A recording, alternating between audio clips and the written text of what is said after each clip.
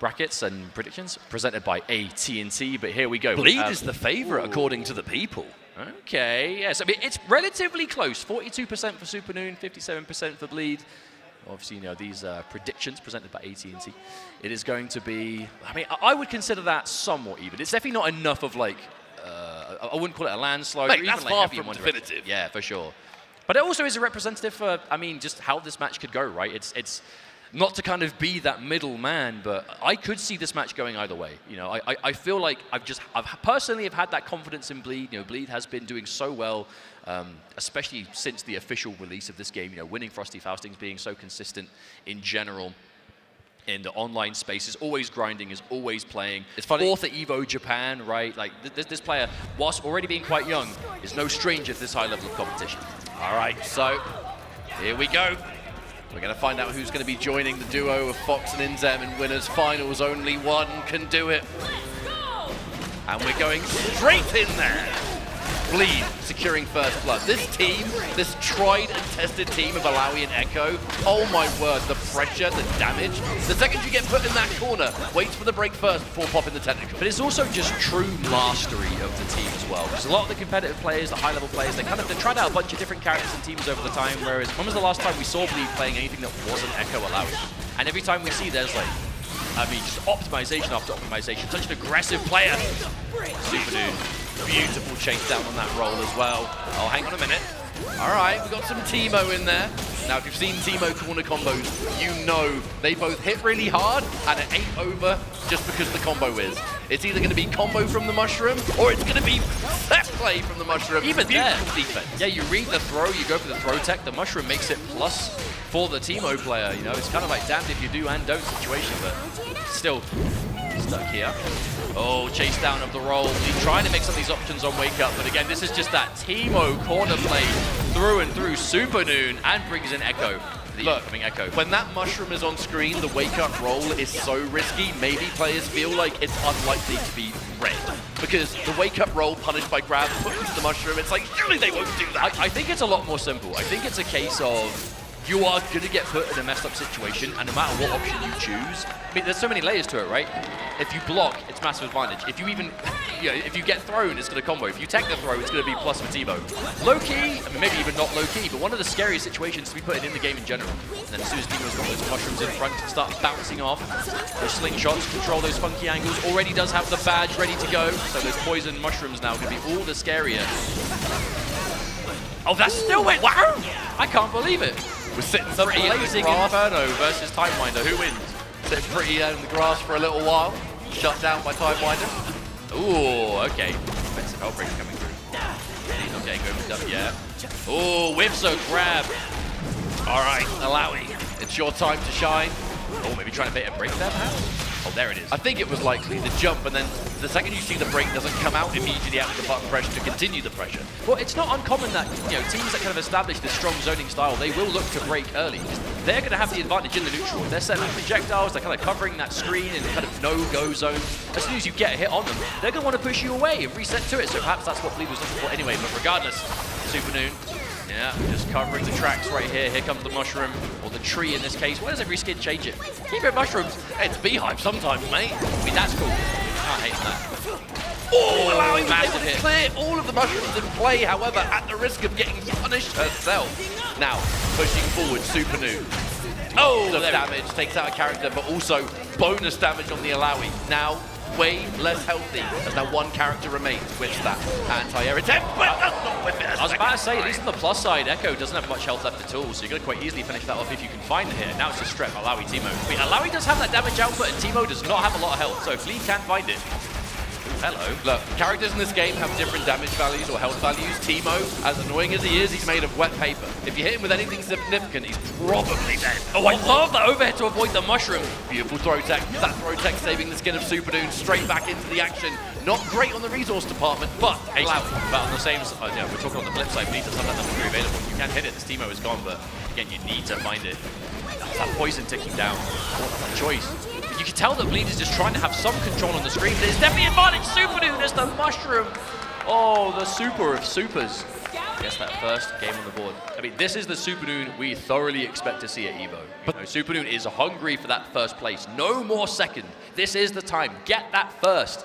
You know, we saw that kind of pre-EVO video, you know, that Riot put out from 2XKO, and they followed a number of those top NA players and what EVO means to them, how they want to approach this tournament. And these are two players featured in that video, and Supernoon said it, you know, EVO is the one, it just feels different, it just feels special. Characters in this game, some of them do have those slower overheads that technically, yeah, you can react to them. This game is so fast-paced, and there's often, especially in the likes of Teemo, so much stuff on the screen that those overheads is one of many things you have to worry about. This is reacting to it alongside keeping track of everything else that's going on is definitely easier said than done. I love the way that Supernoon has actually used a lot of those supers to kind of just create space for Happy birthday, plus dead character. Very similar to the last round we saw. Echo gone, Alawi taking that bonus damage. So much more work to perform. 1 bar in the tank of bleed. I mean, that's the difference, right? Alawi can end those combos, spending the super on those tentacles, but you need the right situation for it. This is really rough now as Supernoon is just on the warpath with these mushrooms. Limit strike, activate mushroom, what's it gonna be?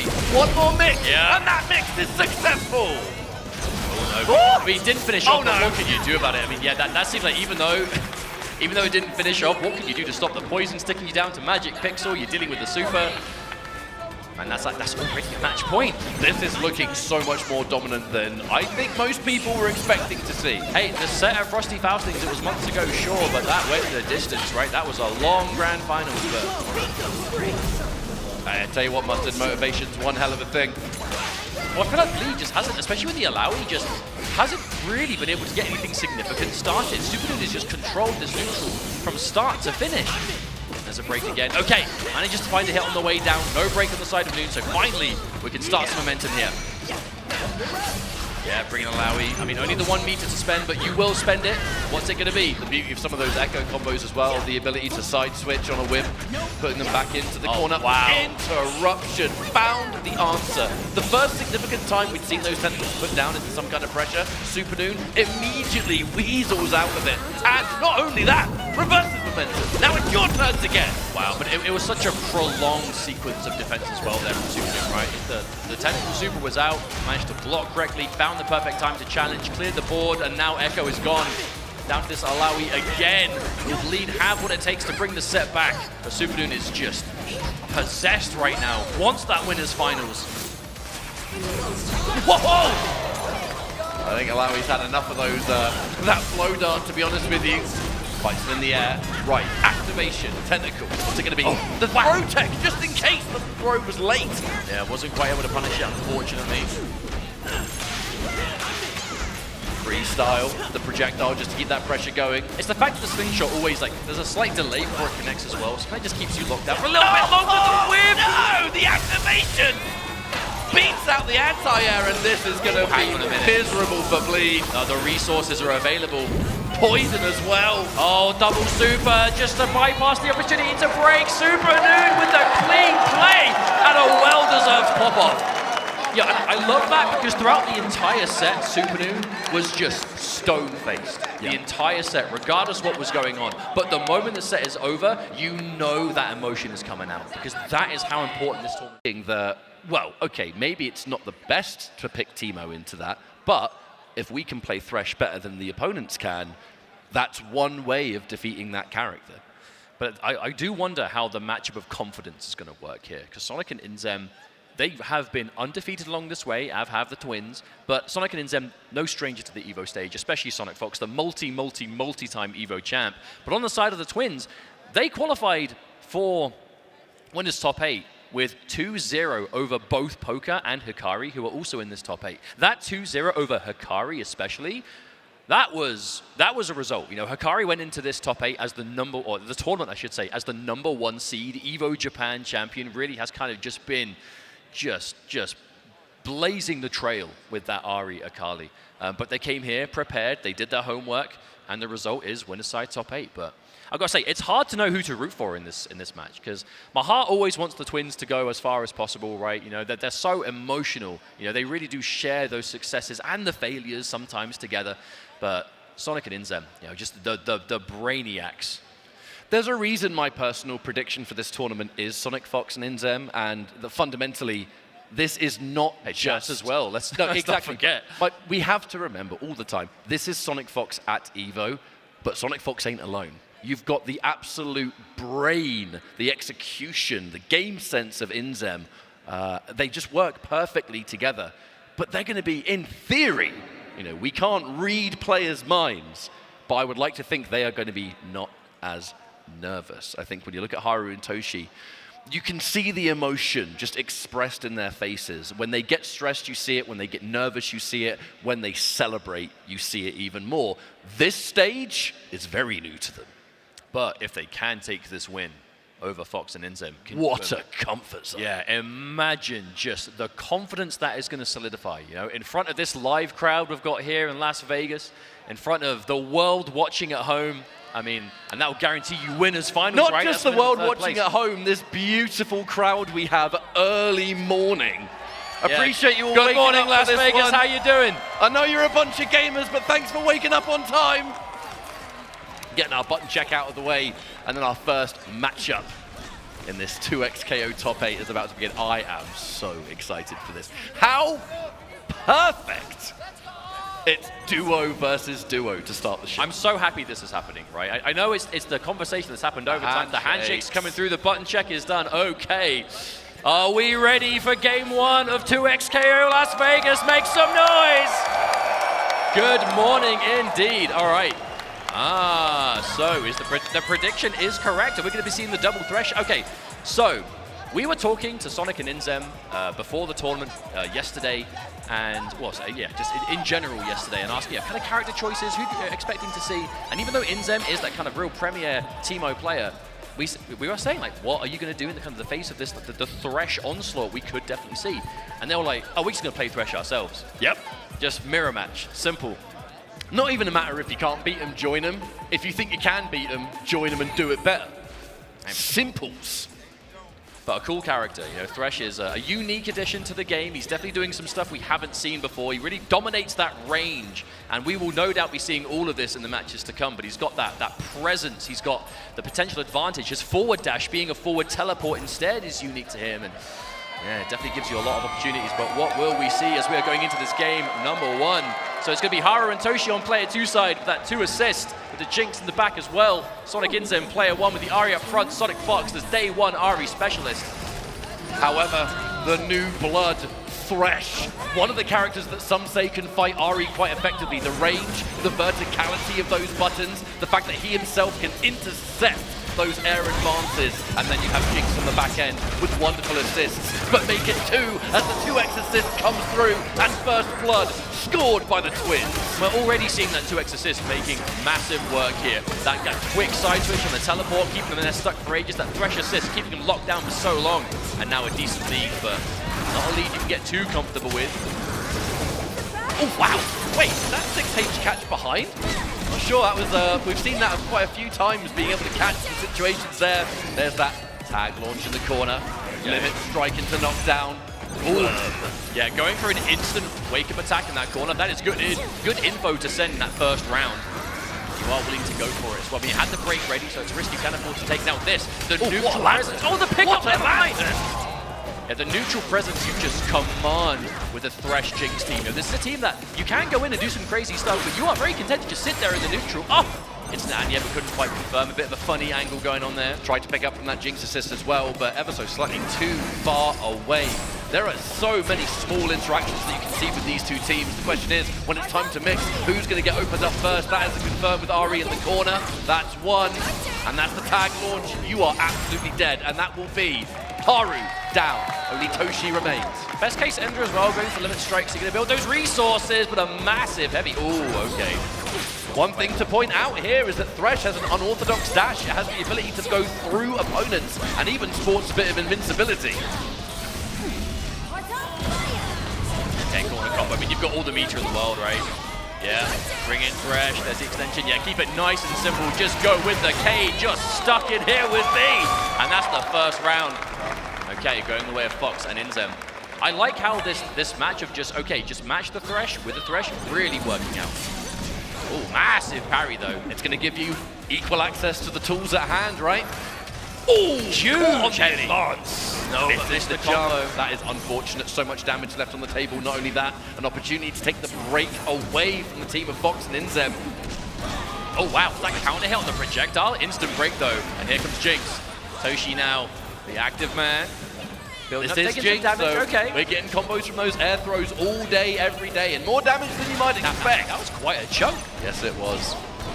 Fireworks, man. I swear it don't scale. This is probably going to end up with the corner at the very least. That's where Ari really wants to put you. This kind of knockdown situation. Okay, bring Thresh in. Really favoring that tag launch into the limit strike of Thresh. Ooh, more than Ari. Okay, Where the other side. All right, that's dead for sure. Charge to H. Yes, please, air hook. Doesn't need the second one. And now Thresh versus the army of Thresh and Ari. Oh no, that's not what you want to see though. Sonic going to get the hit, still stuck in this corner. Are we going to keep the Ari set up or are we bringing Thresh back in? Okay, let me strike this time. Ooh, wake up parry, but SonicFox calls it out. Side switch, you want to parry, mate. You're still going to have to hold whether I'm in front or behind. And just like that, game number 1, SonicFox and INZEM. Remember, folks, this is a best of 3, so for the Americans, half that work is done. But will there be a turnaround? I mean, it was a confident game, right? It was a very dominant game 1 from Fox and INZEM. They were basically in control the entire time. Going back to character set, I agree with this. Take a little bit of time, even if they don't change anything at all. Just take a little bit of a moment, have that communication time. That's the benefit of duo, right? Exactly. You kind of have that built-in coaching. You're allowed to talk to your duo partner. I mean, we can see both teams doing it, right? This is genuinely, we see the discussion all the time online around the game in general is like how viable is duo play, and we see examples of its viability with the highest level pairings, such as this.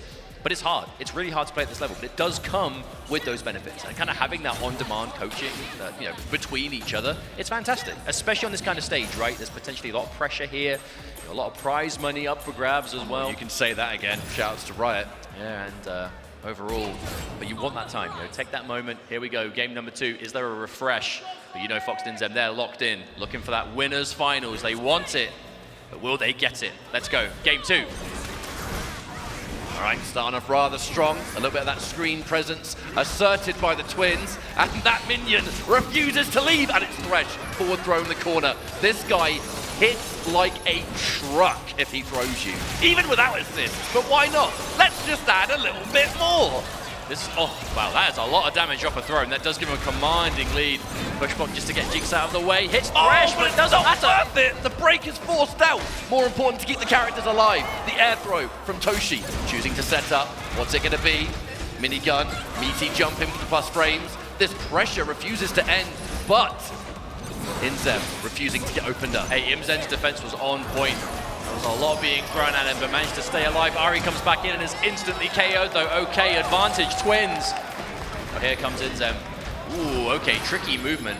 Oh no, holds too much. And the air throw. This is something we've seen so much from the twins yesterday. Lots of parries on airborne options, lots of instant air throws. So confident in these choices, and that's going to be a level 3. Oh, eternity begins. But it's just game 1 here. Very good damage, though, and we'll be happy to take that one. A convincing first round for Haru and Toshi. A complete 180 on the dynamic from match number 1 in this first set of the day. But that's what you want, right? Take that time in between. Who knows what they were communicating, but we're definitely seeing a lot more air throws. Okay, best case scenario again, limit strike. Thresh is on the screen. Ooh, wake up attack. But it didn't matter, the Thresh is still there. Oh! Wake up attack was no good there, unfortunately, and Ari already bleeding pretty severely. All right, INZEM's opportunity, lovely parry there. Creating some real estate. The tag creates that pressure. I mean, the lantern's still in play. Should you bring Thresh back out in there? There is going to be, wow, the tag into the lantern. Maybe try to be a little bit more cute, a little bit more unpredictable. That 2M, however. It's like max range catch. Oh no, not close enough for the combo extension. SonicFox missing a few of these opportunities. Gets a massive heavy, but couldn't commit. Don't want to commit. If you overcommit trying to hit the character that isn't in play, you risk getting opened up by that point and just getting blown up this game. These teams, their damage output is absolutely ridiculous. Right. Yeah, I love the retreating guard. Chase down. Oh, the retreating guard to avoid the minigun, but Thresh was just on the prowl. Yeah, 1, enough, 2, 3. Okay, fantastic. What a chase down from Haru. Could just smell blood and was just going for it. Ooh, okay. This is a lot of work for SonicFox. You don't even have Fury available. You might have time to bide and build it up. Oh, the reaction! The beam! It's not going to kill yet, but my lord, are you tender? Oh, the jump back air to air. Toshi with your reactions. All right, and we were saying before, very emotional players, the Twins. Whenever you look at Sonic and INZEM in between games, they're normally quite calm. They're normally kind of having what seems to be quite chill conversations, very analytical. Whereas the Twins, I mean, we see it in their play, right? You see the disappointment when they lose and the excitement when they win, and that's what you need. Feed off of that, especially on this stage and especially in this kind of environment. But we are going to a game 3. One more match will decide who's going to go to that first winner's final slot. I tell you what, if you're a possible new viewer, maybe you haven't seen much 2XKO, these two matches are a perfect demonstration of how back and forth this game can be. It's fast, it's aggressive, but also very, very momentum focused. I mean, just look at the matches over the weekend. How many 2-0s did we see in pools? And we were just running through matches. Whereas as soon as it gets a bit close, as soon as things get a bit more to the wall, you start going the distance, but for good reason. Yeah, taking some time here. It's a pivotal moment. The difference between getting sent to losers now or after winners finals, if that even happens, is huge at a tournament like this. But we're jumping in now. It's going to be actually INZEM in front. That's an easy confirm there. Question is, what are we going to get from him? You know it's going to be damage. One thing about Thresh, he does hit like a truck, but that does result in quite a lot of meter being built. So much extra little damage being dealt, but a clean hit there from SonicFox. I will say, that was quite a late break coming from Haru there. I feel like most of the damage had been done. I mean, a lot of those massive extended combos typically are quite corner-focused. Maybe Haru just wanted to avoid the situation altogether, but won't matter as the Thresh is gone, but now Toshi left. Now, I've said it before, but Jinx is not a terrible comeback character, right? Being able to get a lot of like solo stuff off of forward grabs inherently makes your strike throw quite dangerous. Wow! He's a neutral presence, but won't matter anyway right now. Oh, this is terrible, Mustard. This is a horrible, horrible situation. There goes the super. But it's an important change. I feel like in that second match, Oh, wait, what's this? Hang on, wait, this combo's still going for damage? We're going for damage here? You get more. We still have a chance! Hang on a minute. Is this going to do enough? No way! Say it ain't so! No, it is! No mix-up required! I think I'll just kill you instead. Well, that's the benefit of the Thresh damage. I mean, it builds you loads of break, but that situation, just because you can break, doesn't mean you're going to, right? What, break that much of a life deficit? Quarter happy birthday, forced the instant break there from the Twins. It's going to be scary from this point on. You do not want to get opened up. The sandwich makes it really difficult. Oh, the defense though. Toshi gets out. Oh, finds the hit. Yo, I got you, bro. You want to commit on the Thresh? Here comes the Jinx, but a massive air dash from SonicFox. Okay, we're going back to the left corner. I mean, probably... Oh, wait, hang on. Wait, no, there's Thresh. The Thresh is down. You can't use it. Yeah, there's no assist available, so we're going to have to do this one a little more standard. Team launch it is. Oh, wait, hang on. This might be enough. That doesn't mean the combo's over, though. Wait, is this going to be a repeat? Have we seen this one already? Oh, it is. That is enough. Goodbye, Jinx. So much damage on the table. Okay, the benefit is it built a lot of breaks, so at least Thresh is going to have access to this Fury, but what a lot of work to do. But a massive jumping H, that's one way of starting it. At least was able to pop the Fury in a much safer avenue. Baits out the anti-air, the air backdash, and the whip punish. This is Fury and Thresh. My word, is this damage going to be insane. God, it hurts. All right, set up, super assist. Oh my goodness! Bro, where you going? I feel like Haru, Thresh, level 3! I feel like Haru getting hit by that jump heavy actually ended up being a bit of a blessing in disguise. No way. Because they popped the Fury! No! Didn't get the combo from it. That's so much damage. Even though it wasn't a combo, it gave a massive lead to Haru. They're threatening some chip here, but that's the last meter used for Jinx. Nothing left except the assist. Oh, yes, clear. No. Pops the Fury. Okay, SonicFox is a believer. That Grey Life is going to come back, but you have to be so careful. You get clipped by anything here, and this Ari is gone. Level are going to regenerate a good amount of health. Tries to maybe catch an anti-air attempt. The late Fury was a risk, and it turns out it was a risk not worth taking. But now match point from the Twins, they are feeling the hype. They are just buzzing out of their seats right now. The huge opportunity with that Fury being effectively wasted on the side of Interrupted! Okay, this is how you start it. What's it going to be? We've seen some pretty crazy setups. Yeah, okay. Oh, we've seen this setup a lot. Oh, where you going? Chases down. The back roll puts you straight back in that position. No limit strike here. We're just taking a combo. Teleport. Hang on, The tag. hang on. No. Whoa, whoa, whoa, what's this? What's How this? much damage is this going to do? Oh, that was so much damage. Thresh. We've got so much health now, just back off. We're winning in the neutral at the moment. Oh, the air throw again! Toshi does not miss those! Thing is, if you get combo rewards like this, that air throw's always going to be on your mind. And the flip out in the air hides the screen, can somewhat hide what Thresh is going to put out there. I mean, I get it. These are two characters who want to spend a lot of time in the air, whether it's the air dashes from Ari, Thresh, whatever. But there's an opportunity now. It is still a lead for the Twins, but... Wait, hang on, is that... Yeah, okay. We're getting more sauce. We're getting more sauce. And the Lantern, the late break, they know we can't risk this killing a character. We need the access to assist. Oh no, wasn't quite able to get full confirm. Oh no, the point blank S1. I don't know what Haru was trying there. But it does give INZEM an opportunity. This Thresh, who took so much damage right at the start of the round, is now in the driver's seat, firmly spending the level 3. Okay, here it is. I mean, surely there isn't a world that this kills. It's a level Surely you've 3. got to be alive somewhere. It's always hard to tell. It's Thresh. Yeah, you're alive barely though. Chip, I mean, yeah. Not even going to avoid what that was. All right, That it's all forward going to H. be down to Toshi. That Fury is almost available. There is. Thresh may be dead, but you still have access to super assist for 1 bar a pop. One of them just got caught, however. The whiff 2H means we still don't have to spend Fury. All right, another Lantern's out. That will be following. Oh, wait, you can't You break can't this. Fury, yeah, you can't break this. it. It's a super. Okay, you know what, at least you managed to activate it, but immediately clipped, and SonicFox and INZEM clutch the finish, and they deny the comeback. I mean, the comeback, it could have happened. It was definitely possible, but a tall order to ask indeed, and damn.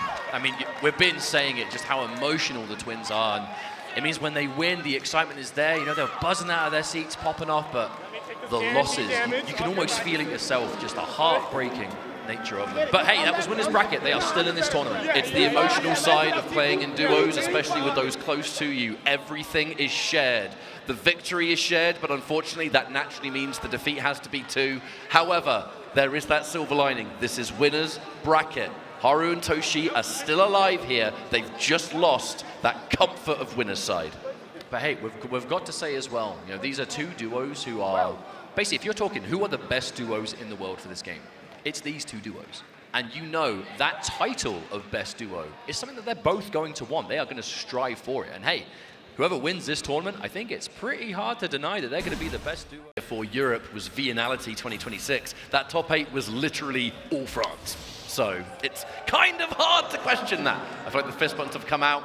This is loser's bracket, folks. Unfortunately, one of these players is going home, but the other continues the rampage. Let's go.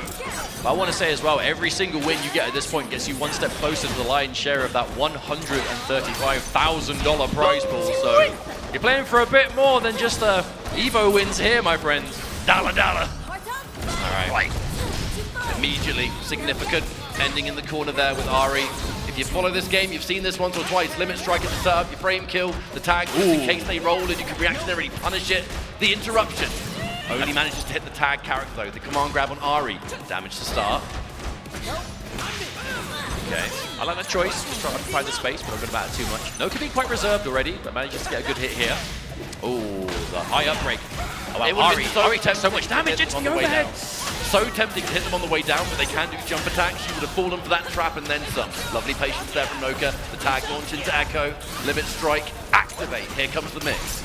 Lovely parry and the jump too. The perfect answer to escape. Caught by the assist, however. The aggressive fight. She just sprints towards you. The dash punches. Oh, that was... Okay, that is such a perfect analogy for the way that Poka likes to play this game. You know, like whether it's on defense, very animated, you know, we see a lot of situations where Poka's never mind, hold that thought. Oh no, couldn't get the pickup. Did the hard bit, reacted to the break, unfortunately missed the combo. Not that it matters because we pick up regardless. Can't quite find it. It's unfortunate. Poka is trying to just force buttons on defense from Noka. These point blank just running down with Hikari, trying to get those close range M's. And he is going to take the round for it. This is near enough. I say hasn't quite done it yet. I can barely see the health bar. I say Vi is technically alive, but I mean this. Okay, it's not impossible, but ooh. All okay, right, well that's a way of starting it off. That's one. Yeah, you're at chip kill territory here, but very much Noka's still alive. Was I speaking too soon? Oh, unfortunately not. As Poka could be able to take the round. I kind of respect the press there because anything into a special move was likely going to chip you at that health. You had to try something to fight back. Interesting trade there. Okay, Helmbreaker straight into super activation. No doubt going to get the corner on this. Much damage for it too. Break bonus has happened, but you've already got a break, so who cares about that? Limit strike, what is it? Chases down the roll a little bit. It's the low. I feel like Poka very likely to do anything but block on wake up, right? We see a lot of situations where you put into a limit strike, setups in general, a lot of up back on wake up, a lot of rolls. Not always looking to just sit there and block. Quite different game to block. Ooh, avoided the whole thing with the handshake to keep safe. You know, with how much pressure we've seen on both ends, it's been quite a long time before someone finally gets opened up. What was that, like 15 seconds or something? Oh my goodness. No, the break. Now again, for those that may not know, just on the off chance there are some new viewers here, you block that break, you punish it. They bounce, you kill them, and they lose the meter. A huge part of the game. That's why it can be quite a double-edged sword, right? 'Cause the break exists to save you in desperate situations, but if your opponent reads it, it's almost as if you were better off not doing it to begin with. It's the nature of freestyle and 2x assist. Anything that leaves your tag character on the screen for longer gives you more time to react and bait that break. Oh wow, max range catch. Hikari, okay, yeah, they're chased down, go for a meaty. Ooh, I love that movement from Poka, just to get underneath. As soon as you see that Noka's jumping forward, it's not always about anti-airing. Just making it so where they land is just no good for them, especially when you've got the movement speed of Hikari. I mean, she's running at the speed of light. Push block, interrupt, but again, cannot overcommit. I love such a bait to try and catch that tag character when the point is right there. But I love what Noka did. Noka, oh, hang on, hold that thought again. Here's the Azula drop. Oh, that does so much damage by itself. Poka taking game number 1. But even at the end there, you know, Noka looked like he was kind of fully committing on hitting the assist, but right as you would go to whiff punish, went for like a feint forward. But Poka, I mean, Poka has had this fantastic dynamic of looking like he is just almost like just straight up impatient, but then suddenly out of nowhere, a hard call out. You know, like the bait on the break. Poka was sitting there for quite a long time, just waiting for it. You know, just straight up, and was still confident it was going to work out, but was accurate. Stressful times for these two players. Just a reminder, losers bracket. Whoever wins this moves on into the joint 5th territory, but sadly, whoever loses this is out of the tournament. It has been a hell of a run. I cannot stress enough, even getting top 8 in this tournament is ridiculous. I guess we'll leave it at that. Hey, to be honest, when you add the Riot contribution to the prize pool, Evos as well, for 7th place, it's $3,650 for 7th. So not bad. That's not bad for, you know, for a weekend of work in Las Vegas, but you want to go further. You know, it's not about the money for these players. I'm sure it helps, don't get me wrong, but nah, if you're in top 8, you know you can get further. You want to win Evo, especially for these like long-time competitors, the newcomers. But here we go, game number 2. Oh wait, number 1. But unfortunately, because Hikari was there, she was the target that took the hit, so you get punished anyway. Yeah, Noka went for that super for the projectile invincibility on it, but you know, like Ketchup just said, Hikari just took it point blank. Oh, the whiff grab. I love that handshake. Reaction. Yeah, Echo was not close enough to get that punish in time, so the handshake on Vi, who was still point blank, that was clean. Oh, huge Poka going for the commitment. And that is going to result in a character gone. Vi no longer here. That said, should you want to spend it, Fury is available for Noka. All right, clipped. At the moment, we're holding on to those resources. We're going to hold this, use it later. Okay. More freedom to escape. Oh, misses the anti-air and now gets punished. Now, Fury. Oh, never mind. I was going to talk about taking less damage. Who cares? It's over. That's been so important. Couldn't get a pickup though. We're seeing a few hits but nothing. Oh, the super assist is stopped before the rock is thrown. Okay, I mean, you probably survived this with the remnants of Fury, but it is gone. Actually, wait, is it? Wait, hang on, you might still be gone. Here it is. Super drop. OTG. Okay, no, you actually live. You live. Still get the guaranteed OTG for damage. Just in case. All right, there we go. Finds the hit. Poka. No. The existence of Fury. Yeah. That's so scary. Do you push? Do you hesitate? Unfortunately for Noka, no choice was able to be made there as Poka is now on match point. Noka needs to make something happen. Okay. If there are any French fans in the crowd, I mean, now's the time. Don't worry, I did hear you. Okay, wow, actually didn't get there in range. It's an opportunity for Noka. avoid the hit by. Wow, punished hard for that assist calling. Oh no, and it results in Echo. That's like worst case scenario. Your assist results in nothing, takes tons of damage, and then right as your assist is stopped getting hit, the point character takes it. And now Noka in a bad position here. The Shroud. Here's the Shroud. Ooh, hello. Wait, hang on, what's the pickup? No, there isn't. Oh, but we're going for the command grab because the Shroud is on screen. Poka going into the bag of tricks. We're digging quite deep. It's a move that we rarely see all weekend, to be truthfully. Okay. Wait, oh, this hurts. Hikari is a low health character, so this actually might be enough just to get rid of her outright. Yeah, that is enough. Oh, when you take Fury damage, plus the low health pool of Hikari, that's what you get. Wasn't a particularly long combo either, so there's plenty of this Fury left.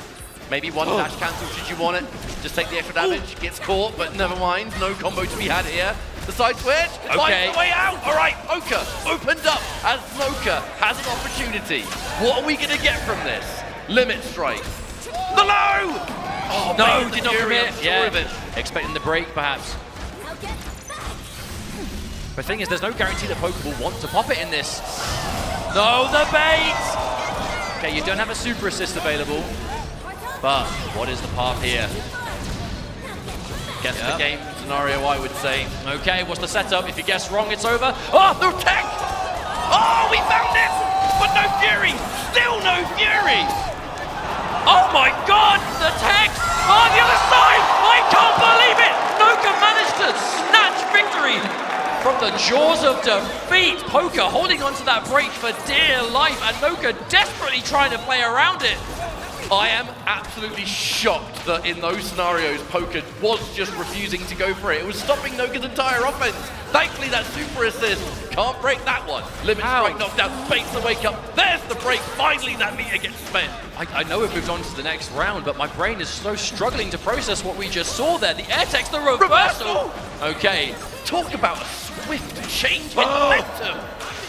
We are missing quite a few instances here, but at least for Noka, it's resulting in damage dealt. As long as you're not taking any damage, who cares? You're still in the lead, and that's going to be the Hikari dead. This was looking so bad for Noka, and this turnaround is legendary. No, but it was going to be a 2-0. It was looking like the cleanest 2-0, but no. Noka bringing it back, but let's not count out Poka, who goes for a risky wake-up attack. And I feel like that really was the main difference here. I think when Noka can get those knockdowns, get those setups on deck, and is ready to punish the defensive choice that Poka makes, puts you in so much of a better spot, because Poka does not want to just sit there and block. Poka wants to be in the driver's seat, wants to be controlling the pace of the match, but was able to put a stop to it there, was Noka, and we're going to a game 3. Wow, and again, on the cusp of it looking like a dominant 2-0, not meant to be. And match 3, here we go. Someone's getting eliminated and someone's moving on. Right, first blood. Scored by the lone survivor of the French community in this tournament. Oh, huge hit. That assist timing on the Ari has been pivotal for Poka. But you can see the synergy between this team and how the assists work, right? Especially for Hikari. I feel like Ari's assists are so good for Hikari in general. Oh, but a full catch! Second we saw that handshake, you know there's going to be some kind of advance. The counter assist, essentially, that charge there from Ari. All right, pressure there from Echo. A lot of jump back attempts. The interruption, no mix-up for you, my friend. Actually, by all means, that should be a dead Echo. I would expect likely going to go in for Vi solo here. There will be some super assists available. You are at the very least going to have that Echo projectile, which is so good on the back end. Kept it meterless too, so you're keeping plenty of super to take it to this Vi. But I mean, I definitely think it's safe to say that the Vi is kind of the star character for Noka. That's what I'm talking about. You know Noka's got those. The crispy execution on these difficult Vi paths. Yeah, definitely not a character for the faint-hearted when it comes to execution, but Noka knows a thing or two. And a full pickup though, and we're actually going coast to coast. The corner carry on Hikari, quite disgusting. Limit strike, set up. Yep, the pressure. Oh, level 3, it connects. Okay, Noka. I mean, you can't take the super meter with you into the next round. If you find an opportunity to use it, go for it. This is gonna chunk. Oh, that did enough! Takes out just enough. And wait a minute, surviving that way, Fury. No, talk about Fury, we're not gonna matter. That level 3 is gonna shut down any chance. I mean, Poka had the meter available. Cut the clouds. Poka saying, you want to hit me with a level 3? Fair enough, but I've got one too, buddy. All right, here we go, match point again. But, I mean, let's not count out Noka. I mean, Game how 2 that was second quite game went, explosive. anything is possible, mate. The bait, just the last minute, the hesitation there, the delayed tag. Yeah, okay, just hitting the Hikari, making sure that the freestyle option is completely gone. Right, get that handshake. Yes, indeed, the reversal. Oh, unfortunate, a bit of a weird side switch there. Reversal comes out, but you're still not safe. Forced to use the break as well now as Poka. Hang on, wait a minute, this is That's a lot of damage. yeah, we're going for limit strike into setup. And again, Poka! I think every time Poka has been on the receiving end of that setup has done anything but block. But again, even blocking itself isn't exactly a safe option. This is a character with, you know, standing overhead, left-right potential. Especially when the clone is ready, but it's not always the same options. Either way, not going to work out for Poka in that instance. Okay, there's a super assist at the very least. Will connect with Poka, given an opportunity now, gets the side switch as well. Here we go, the classic Ari setup. Yeah, Chases the roll. punishes it this time, correct timing. But it's one of those situations where if you get the roll punish and there really is no tag to make it a full combo, sometimes you'll be content to take that damage just to escape the corner. Oh, huge dash punch. Oh, the Hellbreaker into handshake, okay. Noka's still here. Oh, the wake attack, that was such a bold choice for Poka, Yes, who is now it was. approaching the Fury, but the question is, will Poka look to activate it? Noka, do you want to save? Okay, no. The delay on deciding whether you're going to break or not, Poka just immediately goes to the level 3, which means that Noka now on the back foot again, but do have access to Fury, but the same can be said for both players. It's getting scary now. But Ari, with no meter off the back of that level 3, has very few ways to deny the breaker should have hit connect. Especially now the super assist is gone. Oh. Interruption. Oh, the oh, the Fury Fury! activates! And the counter Fury! We're still alive, but for how long? You can't be chipped down, Fury. You have to be hit, and you will be hit on the punished retreating guard. Poka finding the magic moment in the final instances to take that set. GG's. Yeah, that was one hell of a match. Hikari went into this tournament as #1 seed. If you want to look at your own fantasy bracket, you can see at the bottom, it looks like the people definitely favor Hikari. That's a fat 90%. You can follow it along yourself. Just go to upsets.gg/Evo 2026. This will be going on throughout these tournaments, not just 2X. Yeah, thank you, AT&T. The Evo Fantasy Pick, of course, presented by AT&T. But pretty one-sided predictions. The people definitely believing that Hikari has this, but, I mean, we're hearing it. Globo does have some supporters here in the crowd. I mean, the people online vote Hikari. Crowd, what do you think? What about Globo? Yeah, that sounds a lot more than 9% to me, I'll tell you what. Yeah, we're just pitting the live crowd and chat against each other. I don't think that's a good idea. Nah, live crowd, we love them. Okay, but unfortunately, not to be a broken record, but losers bracket, one of these superstar players must go home. Good news is one gets to go on. If Hikari does not make it into that top 4, I would consider that quite the upset here at Evo 2026. However, Globo starting off strong. The limit strike, the mushroom, and the potential for even more. It's alone. Watch your toes. The one thing that's cool about Globo, though, is just the team choice. Still rocking the Yasuo Teemo. A lot of this duo has changed fuses here and there over the time of the game, but really has just believed in the Yasuo Teemo. And for good reason, you know, a very successful player, top-level player by every metric in 2X. The samurai and his funky little companion. Postman. Or even Samurai got to get their mail. You've got mail. Okay, this is a good start for Globo. Continuing. What's going to be mid-screen? We saw a tremendous amount of like mid-screen mushroom super use from Supernoon. Good defense, but again, But we see the same thing from Globo. not a huge amount of hits done on that initial hit, so was able to get the retreating guard even though you got clipped anyway. Watching out for those airborne buttons. A little bit of bonus damage that will score a knockdown that's more important goal. Hikari taking a lot of damage on the back end. Oh, wow. And that's why we're seeing the tag. You're forced to block while your tag partner is just eating dirt. Oh, wow. Nice catch. That should be a dead character for sure. Hard tag. Break it up. I mean, that's got to be enough, right? I mean, Yeah, it will. And you still get the limit strike end, so you spend the meter and then build a little bit more. Best case scenario for Globo. Oh, but okay. Ooh, Globo opting to go for the break. No, I respect it. One of the main things about those kind of breaks, a lovely round by the way, instant breaks in situations like that, the #1 thing it does besides keeping you alive, it ices. but the opponent. The It thing totally is- takes away any momentum of the game. I don't feel like Globo was in a huge risk of losing a character there. That maybe have just been done to preserve the momentum. Because the downside is you go into the next round on the back Presents foot. are on fire. They are. I'd be so mad if I bought that. It's a present. You don't buy a present. You get given it. Who's giving the present, idiot? Me. It's on fire. Ah, thank you. All right. Flash in the air. I mean, this neutral, no one really wants to heavily overcommit, but I mean, there's 80 seconds on the clock. What's the rush? Okay, there it is. Behind you. I love the way that Globo is able to slow things down here, though. Ooh, okay. Dashes through. I mean, that's the kind of tech of someone who's picked this character for quite a long time. It just looks like Globo's in the zone. I mean, Hikari wants to get the ball rolling, right? This is a team that really just wants to get in there and do some craziness, but Globo is just putting up a bit of a kind of neutral brick wall somewhat.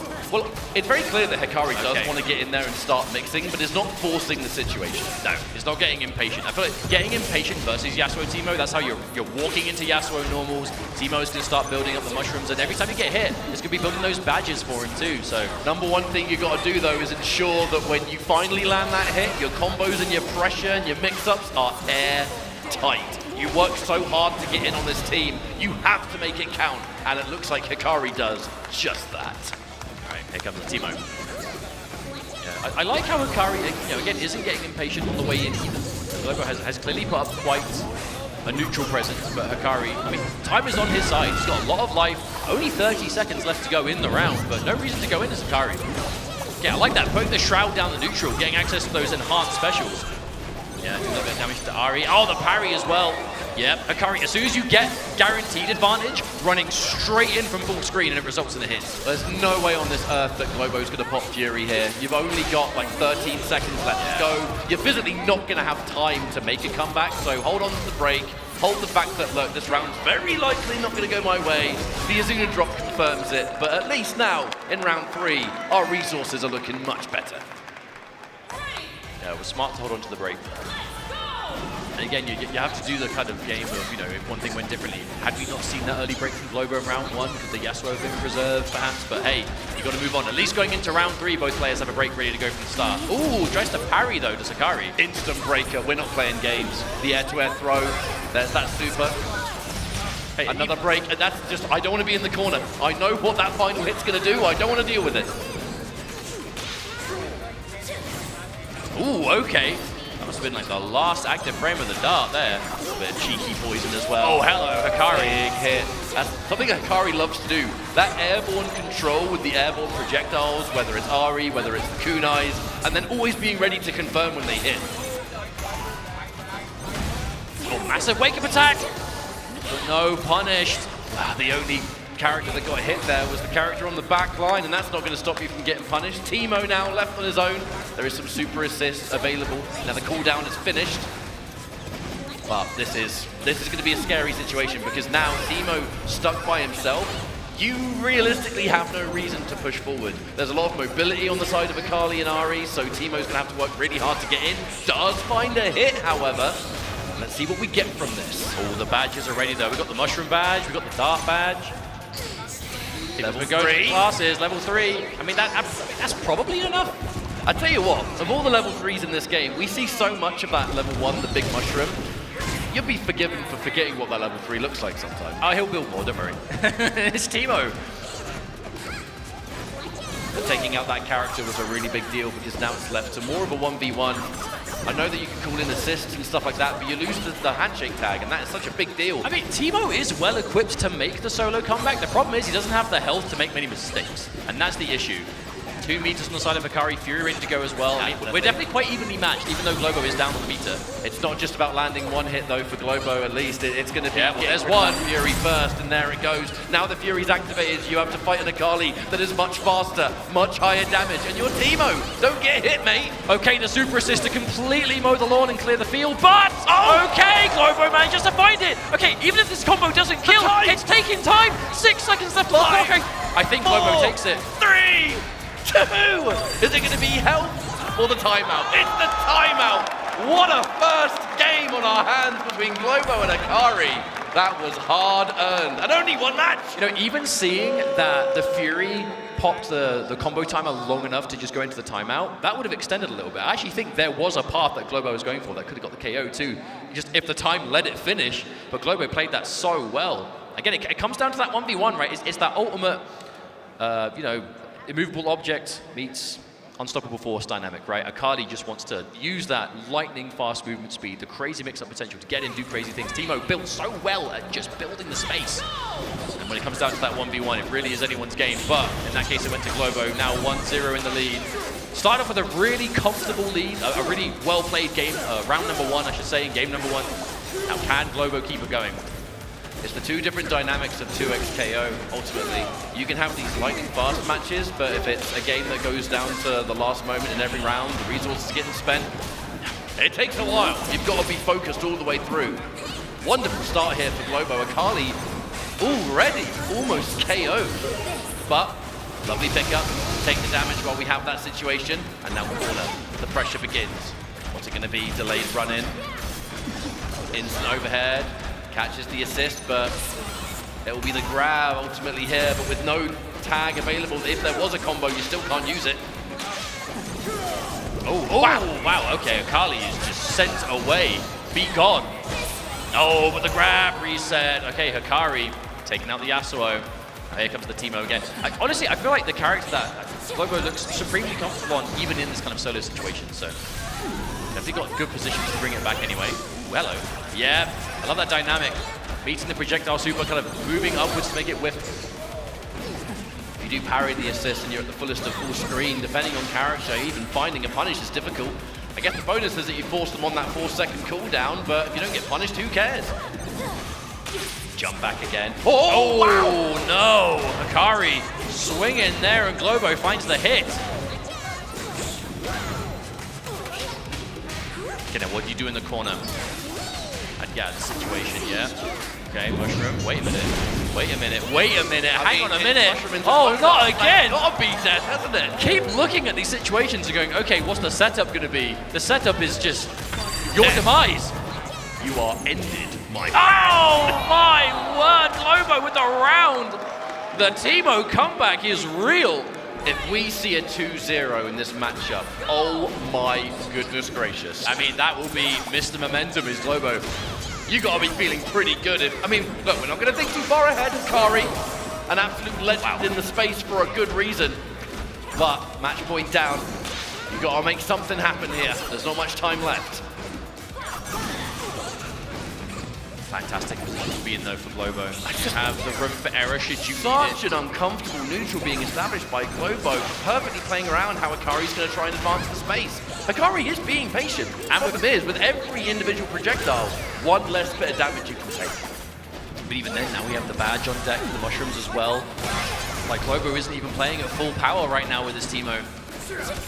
Oh, huge, yeah. You have to break immediately as Hikari. Hey, post-break, you put them in the corner. This really is where you kind of want to keep Teemo. More screen space this annoying character has to work with, the better for him. But even on this Hikari is trying to swing these airborne heavies, trying to look for some kind of air-to-air. But just Globo is being so patient and careful. That's the big thing. A lot of care coming out from Globo. Not to overcommit, not to put yourself in a bad situation. Keep that lead going.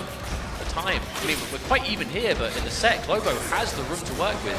All right, there was a push block, but caught the jump back. This is a wonderful opportunity for Hikari. We're going to set up, beats the roll, and is able to turn that into a full combo thanks to the tag being available. There's the super. That is really nice damage, and actually, it's Hikari. We have a possible Kazuna drop in our hands. Surely it's dead. Yeah, the optimized paths. Hikari manages to get a serious advantage here, taking out the Yasuo, but I mean, I say that as if this Teemo hasn't been doing work by himself. This Teemo has been the MVP of this match, without question. You know, actually, dare I say though, I feel like maybe even the time is against Globo here. I feel like it's been in Globo's advantage for so long, but I mean, how does Teemo take out two practically full health characters in less than 20 seconds? I don't think it's possible. With every second that counts down, your chances go down even more. I feel like we actually saw a exact repeat of this position in round 2 of game 1. So I feel like we're kind of just watching a bit of a rerun here. Hikari will comfortably take that final sequence. Okay. The match point continues, but Hikari, this is that chance to stabilize.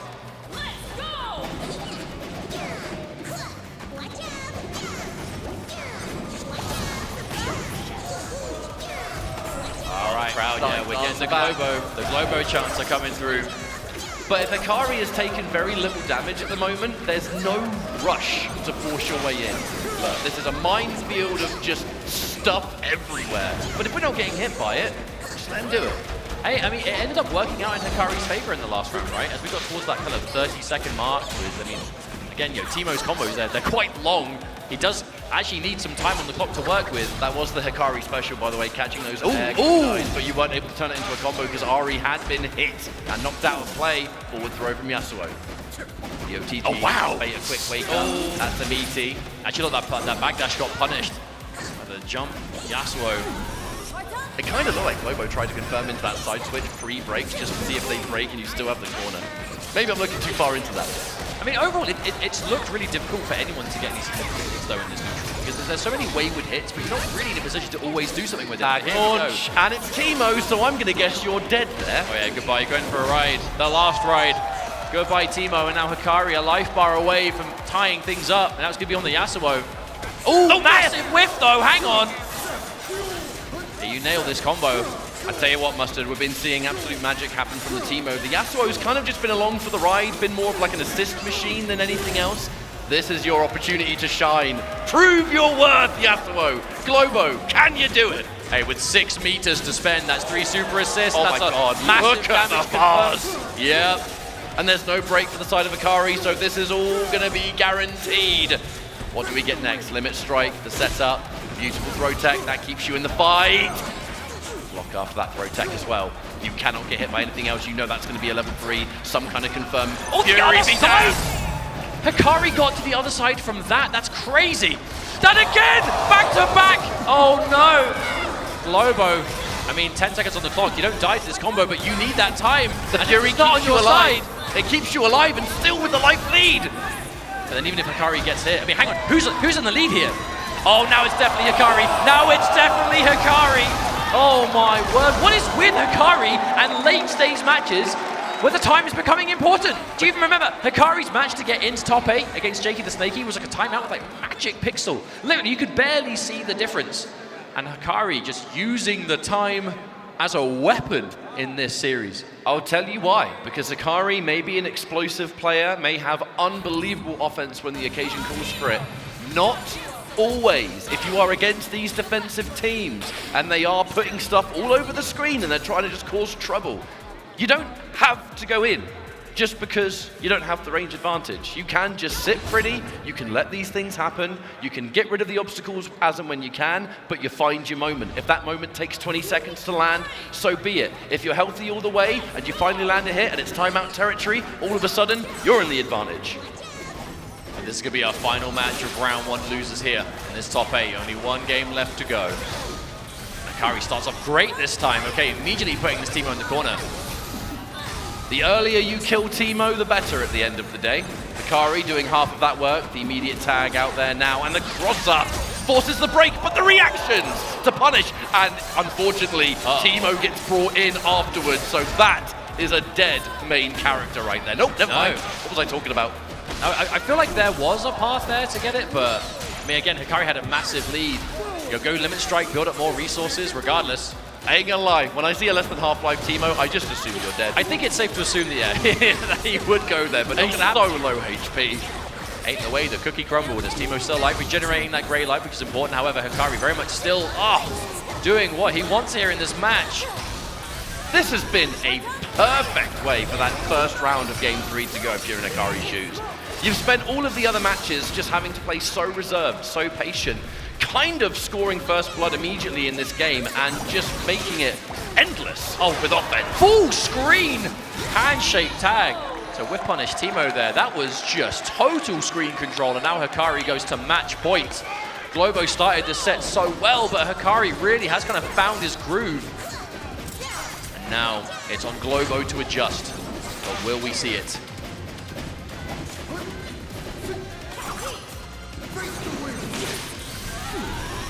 Yep, okay, just using the super, just clear out the Teemo neutral. Anything you can do to blow just past it. declutter the screen gives you so much more to work with. I mean, it's like Ari's going to struggle to build the meter again either, right? Exactly. He can afford to go for that. Ooh, hello! I like how Hikari has been doing that in his neutral. When you can tell you've got the space to do it, just setting up the shroud in the neutral. Just setting the shroud like that, there's quite a lot of recovery, but if you're very confident that the opponent is not going to be going in right as you go for it, it's a decent advantage.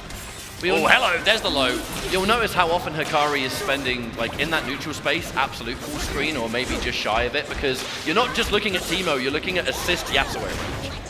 You've always got that distance in your head. Try and stay just on the outside of it. Whiffs get a punish. Okay, this nice hit. What you want for Globo.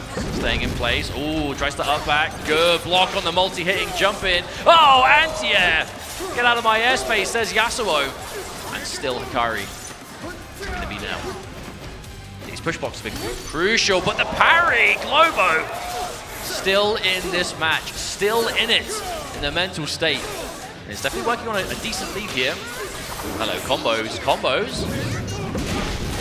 And then we tag back in. Wait, hang on a minute. Oh god, that does so much damage. Wait, and again, give us another one, mate! Dumping the meters for good reason. Goodbye, Ari. What a wonderful path that was. And the catch as well, Hikari taking big damage. But much like the positions that Globo was in those previous 2 games, you're so low down on life, it's unlikely we're going to see a Fury. No doubt that will be saved for the next round. Oh, huge. Okay, we're going the distance for another time, Evo. Game 3, final round. We can obviously hear a lot of Globo fans in the crowd. I'm sure they'd love nothing more than to see the magic story happen.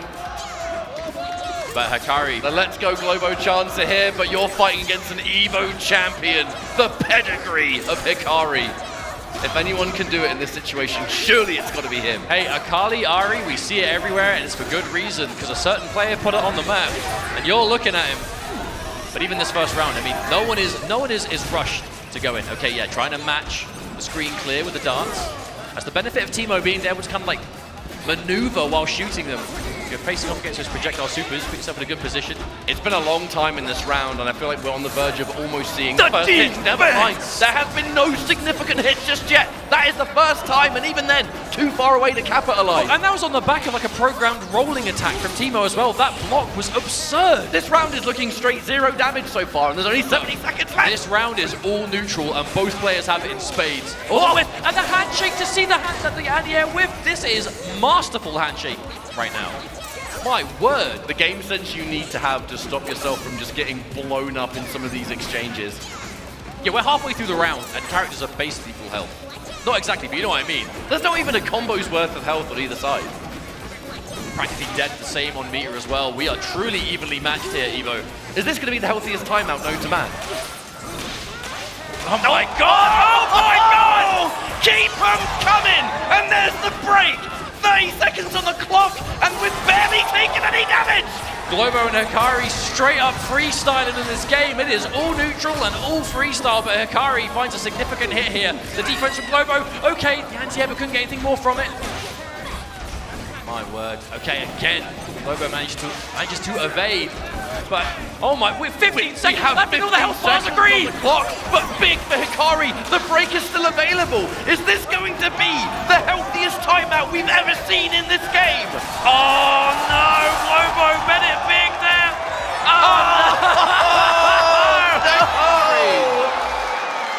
Oh wow, that is the confidence to know how much health you have left. I cannot believe how little damage was done in that round, because that was just 2 players showcasing insane patience. Just grinding, playing, competing, and especially in 2XKO, where these are, again, regular faces in both regions, whether it's in Japan, whether it's in USA. And okay, are we ready to go in? This is it, okay. Wow, okay, I love already the start. Bleed is the kind of player who I've seen over and over and over again who will just go for a round start running straight at you. In this match, Bleed's moving back, and it's Poka that's just running him down. So we've got 2 players definitely wanting to get aggressive, but Bleed being a little bit more patient and getting rewarded for it. Oh no. Wow. A reset. The counter hit on the wake up too. Just caught pressing buttons, trying to fight back with something. We side switch, keep you back into the corner. A character dead already, Ari left to come in, but you are having to fight very healthy Echo Alawi. And a lot of meter to play with, might I add. Oh, missed it again, unfortunately. Either that or was trying to bait a break or something. Not sure why you went this early. From that distance, I would be surprised, but hey, never never. They are the pros after all. Trying to give the benefit of the doubt, I suppose. All right, Setup. Limit strike, there's the setup. Ooh. Just a raw wake up. We are not playing any games, but then again, I guess with the break available, you can play those kind of risks. Okay, yeah, turning this Anya attempt into a block string anyway. Bleed, again, being careful, but oh, gets clipped. And now Poka putting him right back in the same situation again. No meter this time. Wow, Ooh, there we go. Straight up dive bomb. Right, activate. But the technical was there to continue the combo. Why not? Goes for a second, can't quite find it, but it doesn't matter. The final hit is landed regardless. Poka 1 round down, Bleed in the driver's seat going into round 2. Oh, I love that round start too. Round 1 was just Poka running in. Round 2, going for that S1 with the Kali. Just that dive in, covered by the Ari assist. Poka definitely wants to get the advantage as early as possible. Wow, that's as it. often as possible. Very rare at this level that technical will just connect clean like that at range, but anything's possible at Evo. It does cover like half the screen if you can get it set up. The difficulty is finding the activation time. Side switch, so cheeky. No. But no, the overcommitment, punished for it now as Hikari back in the game. Gonna get a big, combo. yep. What are we gonna get from it? Shroud, Okay, yeah. OTG, the roll, the fearlessness, Bleed, just not afraid to pick these bold options on Wake Up. Unfortunately for Poka as well, I feel like that path, we do commonly see the Shuriken super into the Azuna drop, but was like a shred of super away from having that second meter. Still, isn't going to matter too much. Does take out the Echo now, Alawi. Definitely a character we've seen Bleed a lot of confidence in over time, but gonna make it work now. Oh, nice parry. Push block as well. Oh, the double jump to make the overhead whip. Insane. Oh no, didn't get it again. Poka with quite a few combo drops. A lot of execution errors. I mean, staggers on these standing lights. Yeah. Into another parry. It's a lot worse than that though, Mustard, because look at where you are. Your back's to the corner, the level 1 is spent, the technicals, and here we go. Where we get extra damage, the pressure, relentless. Oh God, the happy birthday! That was looking so bad. Oh my goodness! Bleed even went for an air tech chase, but the throw tech was ready for it. The fact that that anti-air whiffed as well, if it weren't for that assist call, Bleed would have actually been punished. Oh, speaking of which, the Fury dash cancel to be able to punish the break, that was disgusting. That was what we refer to as a try-hard maneuver. Yes. The dash cancel out of Fury just to bait that break? Are you kidding me? Hey man, that is the type of sweaty play you would expect. Young man reactions, bro. Young man reactions. Hey, I mean, Fury is so scary for a number of reasons, but being able to dash cancel just about anything has just a laundry list of applications. Being able to bait breaks like that is merely one of them. Oh, wow. What a start. Bleed, game 1 on the board now against Poka.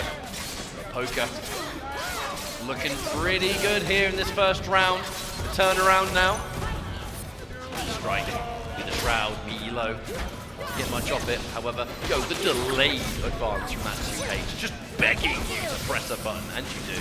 Oh, that entire sequence resulting in Echo gone too. That was just all control from Poka start to finish, and here's Alawi again. Wow, what, that was like such a long distance crouching medium. I mean, I know Alawi's, it's probably our longest range, like most traditional grounded button, but I caught Poka on the way in. One hell of a prediction from Bleed, and it did work out. Can't get anything off the technical, but at least a little bit of damage. Any little chunk of damage you can do is going to be good against Hikari, though. The health pool is quite lacking, but not going to matter too much. Content to let this rock at the moment. There was a possible happy birthday that we saw moments before that, but just couldn't quite find it. Oh, I like that setup. You see the frame kill, those intentional whiffing of the normals to make that meaty timing consistent. Resulted in a pretty disgusting setup. Wow! Okay, just slapping Echo on one side and then Alawi the other. Damn. I guess we take those. Take those indeed. Wake up, but punished all the same. Really, really good round there from Poka. Just assertive from start to finish. Betrayed, but oh dear, that's a happy birthday. Yeah, but happy birthdays for Hikari, particularly punishing. I feel like, all of her combos just completely capture both opponents for like the entire time. Important time to break their Bleed. last Ooh, minute. that, you don't see that jump in every day for a cross-up. I mean, it's not uncommon to see it from Ari, just that was a weird angle for it to connect. All right, oh no, wait a minute, wait, is this? This is a Kali, man. You know what's coming. Yeah, that know is what's so coming. much damage. Oh, if it's the Zuna drop, you just have to think it's probably gonna do it. Hey, Right. there was one time in this top 8 it didn't. I guess miracles Yeah, happen and it was every now like and 1% left afterwards. then. Theory me. Oh, I guess afterwards. But this is total control for Poka right now. This is much more the turnaround you need after that first game. Set up. Okay, but second time we've seen Bleed go for that option. A risky option indeed, but if it works, The first time we saw it, at least he had the brakes to cover you. Not the case this time. I think it's just it's telling that Bleed is so willing to just make those decisions, but Poka's still ready to punish the break as well. We are just trading play for play.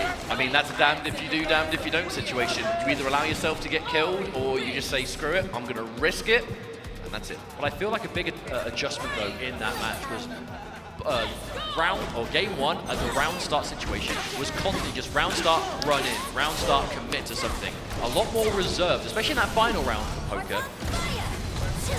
So Poka maybe just slowing down a little bit. Maybe looking for Quite those much key rush. moments a little bit more. Oh, I just straight up connected. Been not afraid to be bold on wake up as Bleed, but that's one of the first times we've seen a significant punish or a counter in that situation. However, stunned. Seem to break out the whipping the 2H though, and that's going to be bad news. That's the case of those crouching heavies. They might be fantastic anti-airs, but all the time they have a lot of recovery to them. If you're against characters like Ari or Kali, they have that amazing kind of sweet distance coverage, whether it's range of buttons or movement speed to get into punish. You can't be getting away with it, and that is not going to be the case. Poka taking out Echo here. Poka did have to turn that into a 2-touch scenario though. We were about half a second away from the Hikari being back. Oh! That would have turned into a combo off the grab. But look at this turn around, Mustard. Yeah, we're going to go for the tried and true, the classic, Yeah. the tag launch. It's Hikari, so please finish the job. Thank you very much. And just like that, Poka on the verge of eliminating Bleed before top 4.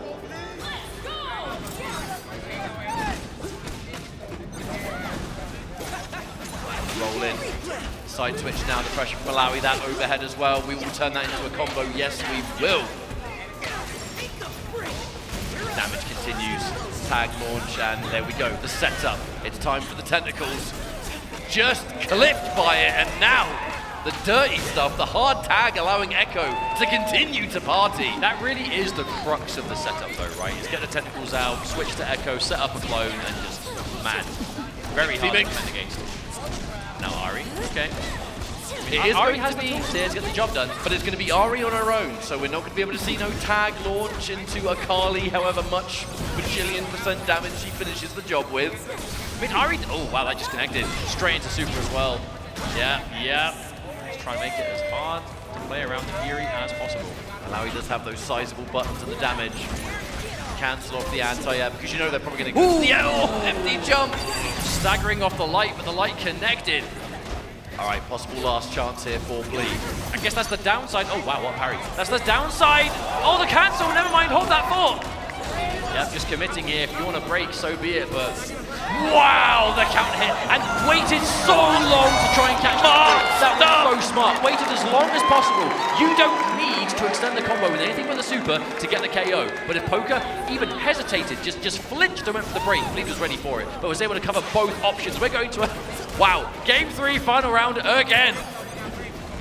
Only at Evo Vegas, baby.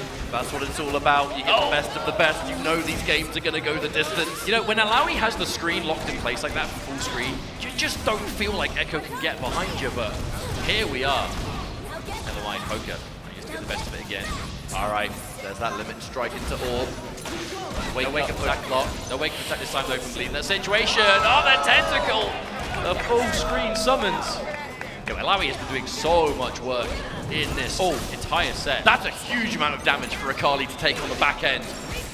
Oh, a bit of a dangerous advance there because that's a happy birthday. Not only is it going to result in likely a dead Echo, but look at how much damage Alawi took. The comeback has to happen, but it's so much harder now. Oh, massive anti-air. Oh, wait, hang on. You tried something optimal with a delayed jump M. Wasn't quite able to find it. Oh, okay, the fact that connected left B jump cancel away. Oh my goodness, Bleed was able to stay safe. And damage for it anyway. That is one hell of a turnaround, and now it looks like an even-Steven situation. Not just health, not just meter, but Fury as well. The parry! Oh, got caught low. Do you Fury? No! Decided not to Fury. Angle of a throw tag, and again, this is insanity. Poka with the patience of a saint, and it's Bleed who has to pop the Fury, whiffs the grab against the throw tag as well. This is crazy! What is going on here? It's grab after grab, but I fear that might be the end. There is a level 3, and it will be spent! By all accounts, that should be a victory for Poka. Thanks for thinking about it, but I feel like that's the end. Yeah, I mean, at that level, it's no doubt they sat there and just watched in case. But like, right at the end, the grabs! No, I've got to say, the absolute discipline that Poka showed there, and that's what it's all about right there. I think really got that kind of first win of that scale with it, but for good reason, and went into this with a lot of respect, a lot of high seeding. But the Twins won in the original matchup. It was a fantastic set.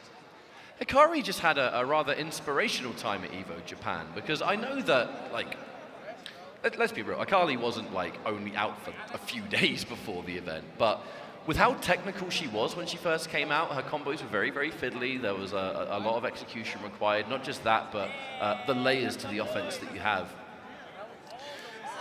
Dedicating to that character immediately is not easy, right? And I feel like, hang on, wait a second, we're getting the handshakes. I was going to do some sort of analysis, but that was just a badass shot. I'm just going to wait for the match now. Yo, thanks Airhead's Aircam for these angles that we otherwise wouldn't be able to see. Let's go.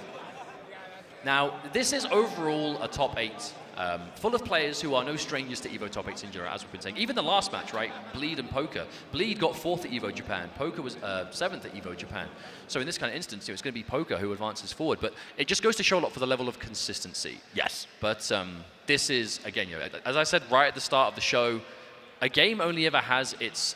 You only ever get one first EVO Vegas. This is where EVO began. I know there's other events popping up here and there, but EVO Vegas really is where it started and is still considered to be that kind of like main event in the grassroots scene.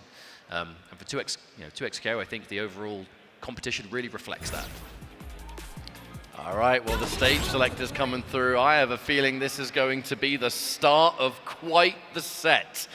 Not just 2 legendary players, but a run back of this very tournament. You know Hikari's looking for revenge.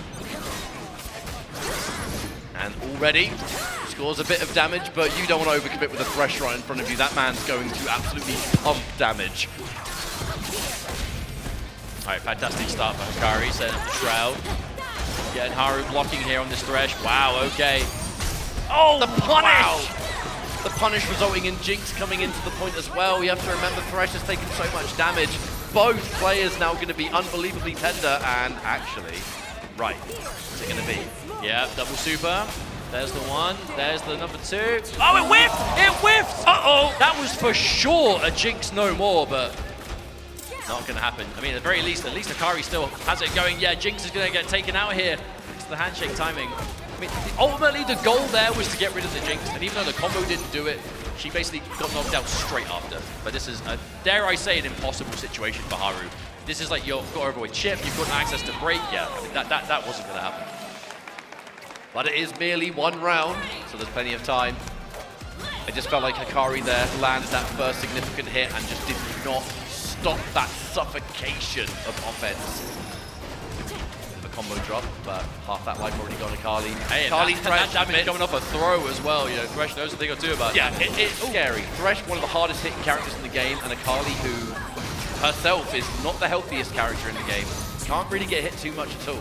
You are going to have to be careful though, because if you're playing Thresh and you're going through these like kind of air dash, airborne heavies, things like that, Akali's jump heavy is the ultimate kind of air-to-air fishing for counter hits button, and that is what's going to happen if Thresh is not careful. However, now Toshi is the one getting comboed from the corner.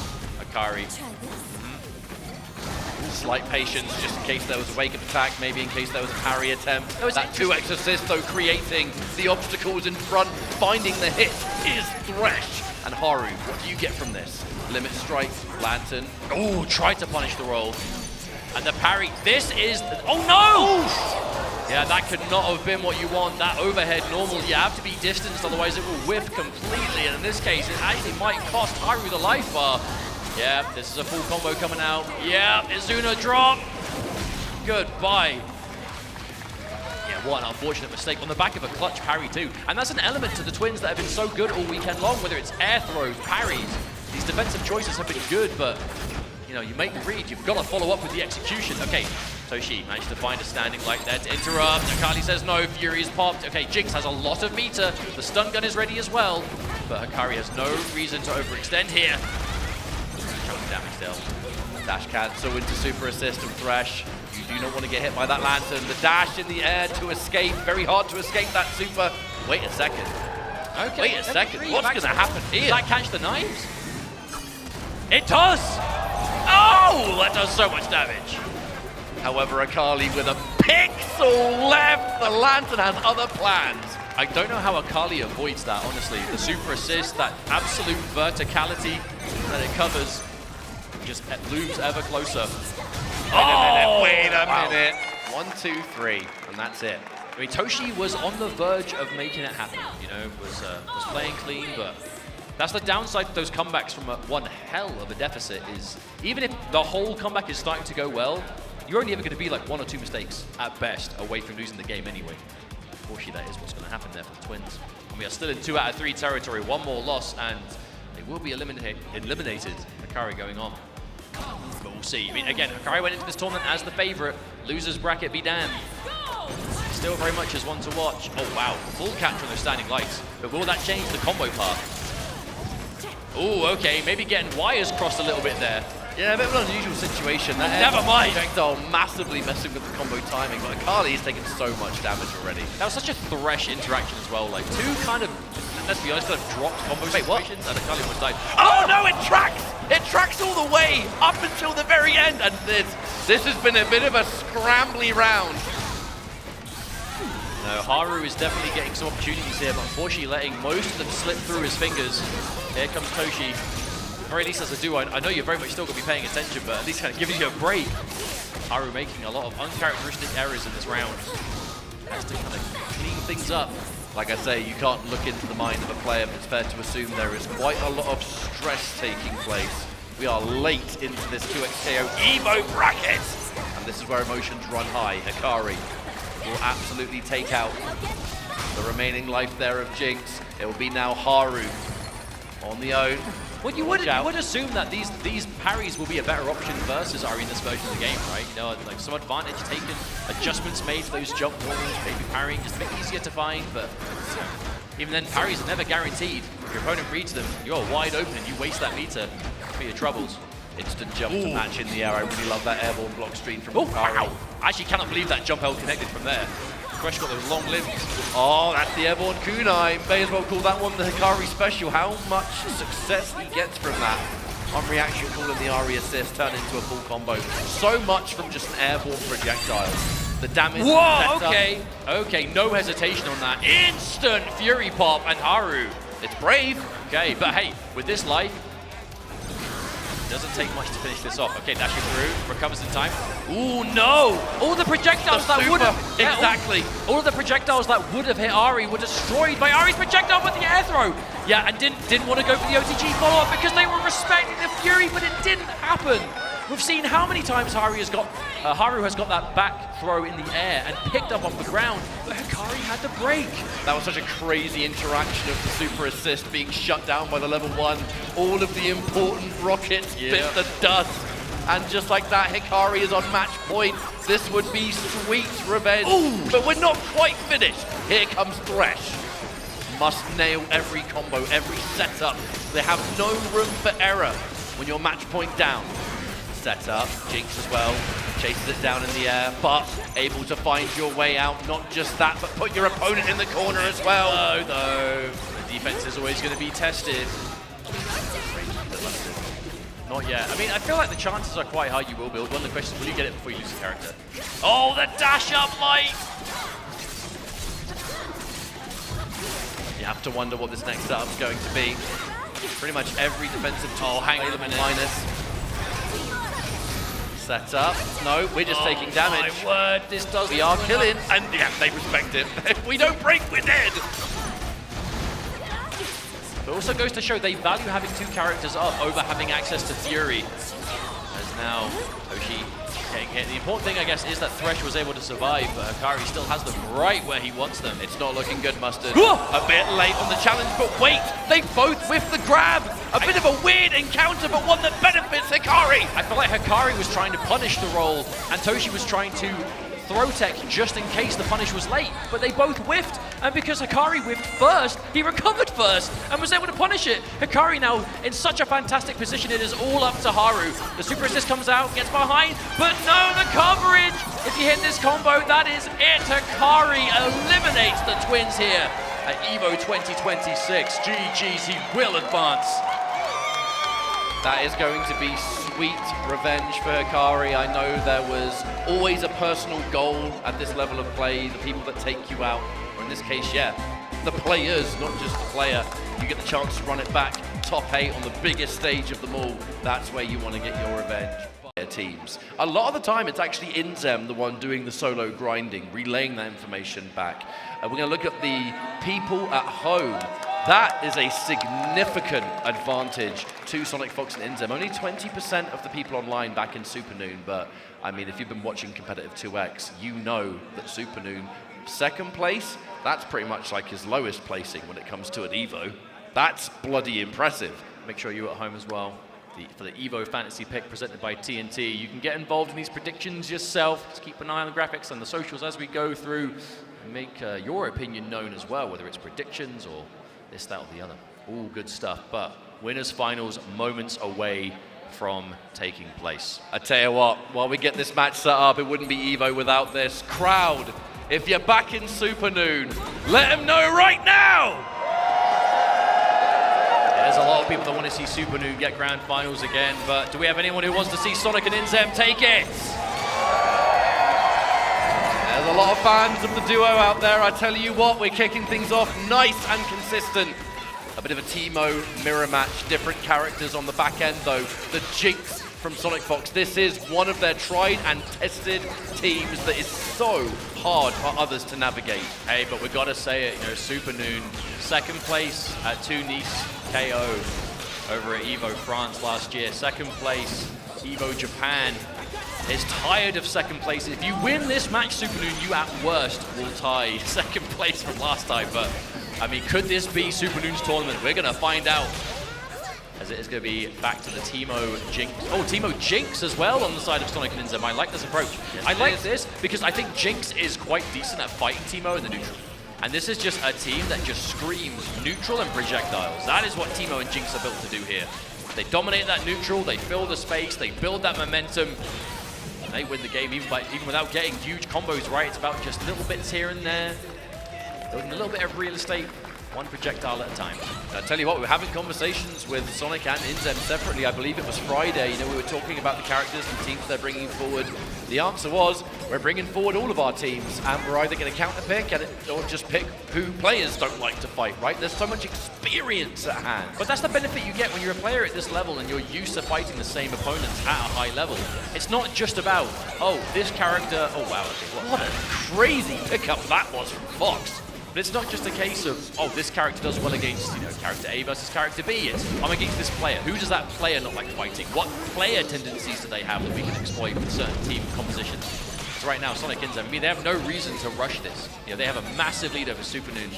Okay, who is able to find the hit at the very least. There's the problem is, corner. we have just about 20 seconds left on the clock. Teemo can do damage, but his combos take quite a while. So, we're getting the throw, but there's no way to capitalize. Oh, wow. Level 3, that's huge. If it doesn't connect, it's still gonna waste time. And do chip damage. Oh, wow. Oh, it covers you up as well, so it's hard to even see what's going on behind it. That's low-key kind of cheap. Hey, look, anything that covers the screen so you can't see what's happening, that's cheap. Oh, no. Supernoon tried to parry the projectile, but even though it's not a heavy punish, it does waste the meter. And Echo with 0 meter is nowhere near as scary. So if you go for like a team launch, you can't go in for the install. Like, it'll take a while to build that up again, especially if he's not the active character. But this is what it's all about right here. This is just team neutral. That's what you want. The patience at hand. There's really no requirement to go in. If you are Teemo and Jinx, you have those options. Okay. Both of the characters at bay, but there's the opening. Supernoon. Let's have a think. This Echo has just been the main love the whole way through this game. No Noon's tried other characters. Yeah, remember the days, the Echo Darius from Noon? They were, I remember that team fondly. Mate, I miss those days. So much damage. Well, not just that. Back when Noon used to play that character, so content to play at a closer range than most. The footsies, the know-how, and the comfort to just do what works. What a wake-up attack. Again, when you've got access to the break, you can risk those wake-ups, but the parries into the defensive button. SonicFox does not want to let Supernoon build any momentum here whatsoever. The blow darts are going to come out though. INZEM taking some damage, forced on the defense. This will be a full combo from that forward throw. Noon, chance to make something happen. Maybe start it off. Right. Okay, yeah, the super's good. Yep, team launch, here comes Echo. And there we can finish. So finally, Supernoon, some serious momentum getting built here. Now SonicFox with the Jinx. Definitely the kind of comeback character player combo. We've seen Sonic do it before. Yeah, and even that, the Teemo super assist. I mean, look at all that real estate you build. Not quite for free because it costs the super, but it just lets you breathe. Sonic able to just walk out of the corner, but not going to matter as Supernoon is sorry, mate, right you're back right, in it. you're right back in there. Chip damage and pressure, all of it working out. Even if you are fighting back on Fox, we're going to confirm that's going to do big damage actually, but we have to remember 20 seconds on the clock. Oh, it connected! That was so smart of SonicFox though, because it looked like Sonic was just full committing on the Echo. And right as you want to go in and do something about it, the level 3 is popped. That was an ultimate call out. 8 seconds. SonicFox getting opened up, and that'll be 1 round apiece. Both players now starting this round, but a breaker is ready. Who's going to be the bold? Yeah, no need to push any sort of situation here. You've got all these obstacles on the screen. You've got the minigun. You've got the traps. You've got everything that you could possibly want to keep these characters away. But look at that Supernoon. Oh no! Not letting it phase them at all. And now that was a crucial break because that was a happy birthday you do not want to be on the receiving end of. If the whole point, the whole strategy of the team is to just win neutral and dominate it with chip damage and projectiles, doing so with a life deficit, not great. Especially considering Supernoon himself is playing Teemo. And there's the beam, pick up, yeah. And that's how you know, like, willing to spend the only bar of super meter on that. Just, again, establish any form of damage you can. Because in the zoning battle, even a slight life lead is important. Okay, grab, but nothing else instead. Just gonna get a setup off of it, which immediately is jumped out of INZEM, the defense on point. Oh, instant overhead. Absolutely filthy instant overhead, but with the breaker coming out, it has returned us to neutral once again. Mushroom being spent for the only remaining bar of super meter, but forcing the mushroom to push forward is going to create that mid-screen. Goes into the invisibility of the Supernoon, revealed on block. This is going to be possibly what we see a lot of in this series. Neither player needs to overextend, because if you do, heavy damage incoming. You have to be careful, find your moment. And that's just a raw projectile and an air-to-air from Supernoon. Hold on.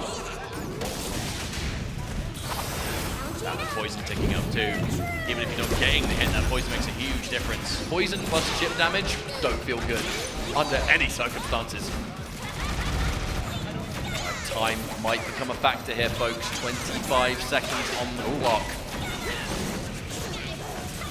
It's definitely an advantage Supernoon. It's going to take, okay, it's going to take something significant on hit. Oh no, happy birthday. No, yeah, mini happy birthday and then finishing off on Echo. Oh, but with 10 seconds on the clock, here's the thing. Yeah, there wasn't a lot of damage done to Teemo, but there was enough. I mean, but it's not going to take Supernoon much damage to get a bit of life lead here. It really is up to INZEM. Do you play safe or do you try and hit on the way in? Oh, Wait a minute! The super! Is that going to do enough? No, they fell out of it. Who has the life lead? Who's got the life lead? Oh, it's Sonic and INZEM! When you add it together, it results in more health. I think if INZEM didn't flip out of that in the air, if that didn't drop, that would have been the win for Supernoon. And that had to have been why Supernoon went for it. That would have been enough. Tell you what, folks, 3 out of 5 in this winners finals. So much happened there, and that was just one match. We've only just begun, especially between these players. I expect nothing less. Like starting off with much of the same. You put the mushrooms down, the obstacles out there, makes that slingshot just a little bit more annoying. I think I'm being generous by saying that.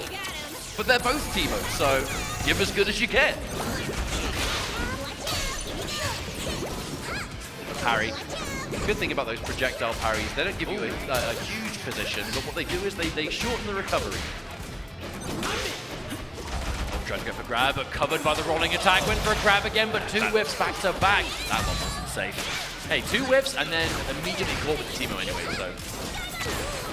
Supernoon really good at seeing that things haven't gone his way, but recovering immediately regardless. That rocket's going to result in a lovely pickup by SonicFox though, and because Teemo is so weak, he is dead. Allowing now Echo having to take this fight solo. Anti-air, that is bad news. Team tag. We've seen so many limit strike setups. Oh, no punish. Anything into trap, and the trap just hits its mark on its own. No setup required, and that's a beautiful conversion. And by no means is a dead Echo, round 1. Now that's the most dominant round we've seen so far.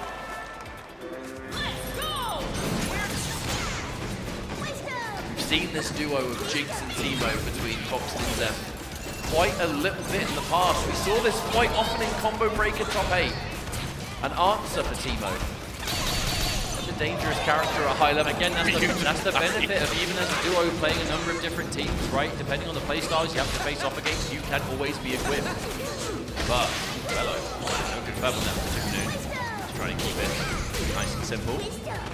Also, a fun little tidbit is that Jinx sometimes really comes alive in that duo play due to steering certain projectiles that are otherwise quite hard to do playing on your own. Which is super important if this is the kind of team you're trying to go with, right? We see it when the twins play Jinx, and whenever we see this character in duos in general, just being able to just angle and aim it at weird times while your point character does something else, and the defense, the reactions on the overhead, another one. It was actually the Teemo on the back end that took a hit there. SonicFox was able to block the entire thing. That is well-champion defense right there. INZEM's still alive, and that's what matters most. Yeah, Projectile is free mushroom. I don't think that's going to be enough. Yeah, I mean, it's a good chunk. That fully connected onto Jinx. That actually puts Supernoon in a decent position. I mean, yeah, it's grey health damage, but hey, you have to be careful. Jinx cannot take much more of them. And parry again, Supernoon. All right, here we go once more. Not worried about the side switch too much. Those that may not know, when the character that's not currently in play is doing stuff and the tag comes out, you only have to pay attention to the point when it comes to hit direction. Yeah, it's worth keeping in mind if you are defending against freestyle, right? The active character is the only one who can do like attack directions, right? But still, it's less about mixing up in that kind of instance. It's more about, hey, when am I going to handshake? When am I going to tag? Ooh, stagger, right? that Keeping late you extended switch. block stun. Everything that comes with it. Resist. Definitely expected that. There's no wonder why INZEM was content to sit there and wait out the inevitable super resist of Teemo once again. My goodness. I was about to talk about the clock. I don't think this is going to make it matter at all, actually. Death from above, says SonicFox. 2-0. Mustered one more Grand Finals winner's side, and there you become so hard to come. Yo, who's shooting that at a party boat though? Everyone's having a good time, and then suddenly, typical Jinx. Oh dear. We're renting the boat, crying. Hey, the party's still going. They're not letting it get them down. Game 3, we're starting. Wow, but would this be a 3-0 though? Are we speaking too soon? I think. Let's find out. That is Jinx, the forward throw in the corner, so that's going to be combos forcing out the breaker. Significant life lead now. There's the air-to-air throw, and once again, this damage. Such a simple combo, but man, does it hurt. I mean, again, especially if you're going for this zoning war, it's not about getting huge chunks all the time, but if you can find a good opening, I mean, man, it's going to make your job all the easier. Because the thing is, if you're dealing with this team of Jinx and Teemo, it's chip damage. I mean, it's unavoidable, right? You can't just not get hit by certain projectiles. And Echo's already gone. Poor Teemo on the side of Supernoon has a large hill to climb here. INZEM just being the absolute backbone of this team. The tag into SonicFox. This is just shy of a perfect, by the way. The only one that's taken a tiny bit of damage is Teemo. But who cares? Oh no, it's Teemo getting hit. He's dead. Sorry, mate. mandatory match point. SonicFox and INZEM. Oh, we have they're on a mission right here, the two. Sonic and INZEM, we're seeing just immaculate defense, total neutral control. Oh, they knew a million years ago that projectile was going to hit. What a lovely tag reaction. Oh, the parry from range. Oh no, you've lost the meter, now you're losing the health. It just continues. All right, limit strike in the corner, mushroom for Oki, what's the option? The throw tech, it is going to get you out somewhat, but you're taking big you taking damage, but you're still minus. I mean, you haven't been hit the yet. defense, dude, gets opened up though! The multi-hitting Teemo! The freestyle nature, man, can only block for so long. Yeah, they're working on a perfect right now catch-up. This is looking bleak for Supernoon. Hasn't got anything to stop this 3-0. You have to do it right now. No damage dealt, a full breaker. Teemo on his lonesome, and the poison, just to add insult to injury. This is looking insurmountable for Supernoon. But how do you avoid the chip? You can't. Okay, there's a super again trying to nullify. Okay, we saw Noon try that before.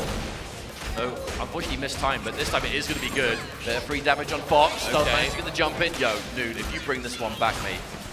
I mean, you've got 60 seconds to do it. Oh, level 3. Okay, wait. You'll land in recovering time, I assume. How low to the ground were you? That's the question. I don't know. Oh, runs away. No! Runs, but not far enough. Poor Teemo trying to get out of the way of the level 3, but could not do it. And there we go. A 3-0 win for the duo of SonicFox and INZEM. Grand Finals, winner side guaranteed. That is minimum second place. Tens of thousands of dollars in prize money as well, I might add. Poor old Teemo. Man's little legs could only run so far. That level 3 almost inevitable. Wow. But that was the exact pace of match I wasn't quite expecting. 3-0 Supernoon. Let's not speak too soon. Supernoon. I can't believe yesterday you made a remark about, when we were talking about Chipotle, you made a remark about beans. And I'm like, bro, we're not beating the British allegations. Hey, man. It is what it is. Don't put me on the spot like that. Well, I'll tell you what, folks, we are, I believe, about to conclude whatever's happening here. They're doing a button check just to make sure things are 1,000% ready. And when they are, it's going to be Poka versus Hikari. According to the schedule, it says this will be a best of 5 as well. So top 4, best of 5, we're getting the big matches to close out the show. So I'm pretty sure, is it normally best of 5 for top 4? Oh, it is best of 5. It's got confirmation. Hell yeah. Okay. That's what I'm talking about. More games. All right, handshakes through. Thanks for your patience, everybody. We're about to get into more 2XKO for the final frontier of EVO 2026. Now Hikari is looking to get that second EVO title overall, being our EVO Japan winner. In a game as varied as 2XKO, it's rare that you see a complete and utter mirror match. But whether it's views and character and even order, you're looking at it. Immediately scored there, Hikari. Finds a significant hit. Oh, the whiff on the break. Oh no, break into Happy Birthday. That is the worst case scenario. Especially because you're both stuck in. Is Akali going to get taken out by this? Yeah, Akali's gone, and you're continuing the combo on Ari. Oh my word, limit strike. Shroud is out, it is just, okay, hang on, defensive throw at least, back to back. Okay. Super assist. Oh, can't quite find it. Getting clipped again. Damn, is it just me, or was that an instant turnaround on the Ari? I feel like Ari was stripped, just hit twice and that's it, gone. Oh, wow, actually managed to move back, does Poka, and keep Hikari on the same side. It always looked like Hikari mixed himself off that roll with the parry. You see that? Ouch. Instant parry and the 2H for the clean punish. That was a pro gamer maneuver if I've ever seen one. Right, Hikari, 1 round up. We're seeing a lot of Shroud and neutral, right? I think having Ari helps that, because it does kind of just give you that horizontal coverage you need to establish the time, but all in all, very dangerous. And what an anti-air. Instant break coming out from Hikari. And that's just so common, you'll see Akalis do that. Break into just running them down. If you have any sort of like space to work with, she's going to close that distance so quickly with that movement speed. I love that parry, by the way, Hikari. It's the layers that you play at a high level. Oh, I love that. Oh, but still! That setup was disgusting. Small little details there, like the 2H being blocked, knowing that it's going to get special cancelled. Ready for the parry, there's the bait. The side switch as well. Hikari is going to turn this into a perfect position. Right, limit strike, set up, and we meet him with assist. What's the play? Oh my good lord, that one hurt. Super time, let's extend. Yes indeed, oh we got those 3 bars and we're going to spend them. Game 1 goes to Hikari. Hey, Hikari looking like 4th place is not enough. Our sights set on that losers finals. Supernoon, the run back from Evo Japan awaits, but it's just 1 game. It's a best of 5, a little extra game. Even though it was a 3-0 in winners finals, does give you that extra time to make those adjustments. It really makes all the difference in the world. Straight up, we're running it back. Both Hikari in the forefront as well, but it will be Hikari securing that first hit. The strike set up, we shroud and we meaty. And we do next the tag just to be a little bit safer. Fantastic reactions are getting away from the command grab at least, but resulting too much at least. Oh, gets hit by the super on the return. Uh-oh. Not sure what Poka was looking for there. I mean, everyone knows it will come back, and I'm sure Poka did as well. Maybe he just assumed you could get around it somehow, but you're dead. There's no time to reflect now. Working on a perfect again, it's Hikari. 1 life bar gone. Another just straight up anti-air. Poka, quite an impatient way of trying to get out of that corner. Just wants the instant air dash, and Hikari says, no, you don't. This entire round has just been thorough and absolute denial as Hikari pushes this advantage further. Yo, Ketchup, this is a perfect so far. We're actually going to see the perfect. We're going to see the letters. I mean, it's a tag launch into Super with Hikari. I'm going to assume we will. Oh. There it is. Perfect. That is a fantastic way of continuing this lead going, I'll tell you that. And we talk about this as a game of momentum. If you get a perfect, that is the #1 way to achieve it. Hikari taking a lot of damage on the back end. Not much to be done if the block strings continue. What can you do to save them? Ooh, I like the challenge though. Ooh, but a big whiff parry from Hikari. I mean, it's a very Hikari thing to attempt though, if you've got that kind of momentum and it looks like, you know, maybe your opponent has a place to kind of swing it back, immediate parry to stop it, but and then the wake-up attack. Hikari does not want to slow down and let Poka get the ball rolling. Bit of a delayed button press there. Bit of a read possibly on some sort of grab or something, but either way, we're going to press and we're going to challenge. And we are, more importantly than anything, going to side switch. Right, corner time to play. We've seen these setups before. Punish. But there is anything more from it. No assist, so... Uh-oh! That hurts. That hurts so good. Yeah, the only thing seemingly keeping Hikari alive in the back is that Ari was knocked out first. But now Hikari's coming in, not much help at all. Yeah, just trying to jump out. Hang on, immediately finds the happy birthday to Hikari. We've seen big comebacks start from much less. A lot of damage being done. Yeah, limit strike. So much more. Oh, but the defensive grab. Yeah, that was definitely the perfect way for Hikari to potentially start that comeback. Because if you're doing the same damage to both characters, just really helping yourself out with Poka. Not stop it. Ooh, hello. Start for Poka. Well, these round starts are usually quite committal for Poka, but when they work out in a big way. Oh, hang on. That was cheeky. An immediate jump over. Oh, huge! The dash up parry into instant recovery. And Poka is not letting this game deficit hold him down.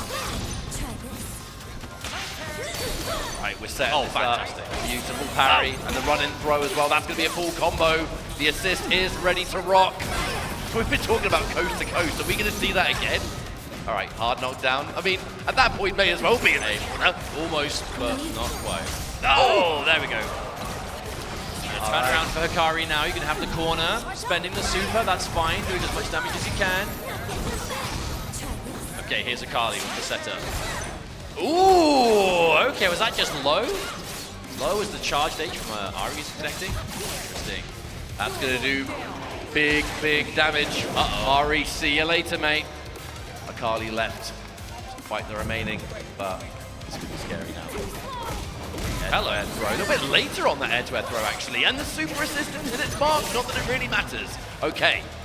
This is a pivotal moment, though, for Poka, because if you lose this life bar, you're down 2-0 versus being, wow, tied up 1 apiece. Never mind, not going to happen. It was so important for Poka to win that round. I know it sounds like obvious analysis, but The difference between down 2-0 and tied 1-1 in a best of 5 is staggering mentally, because it's the difference between one game away from elimination and knowing you've got 3 games in a row now to get, versus that little bit of extra kind of safety net that you are granted if you're 1 game apiece. But not going to happen now. Hikari looking to work on potentially our second 3-0 of the top 8. But will Poka have anything to say about it?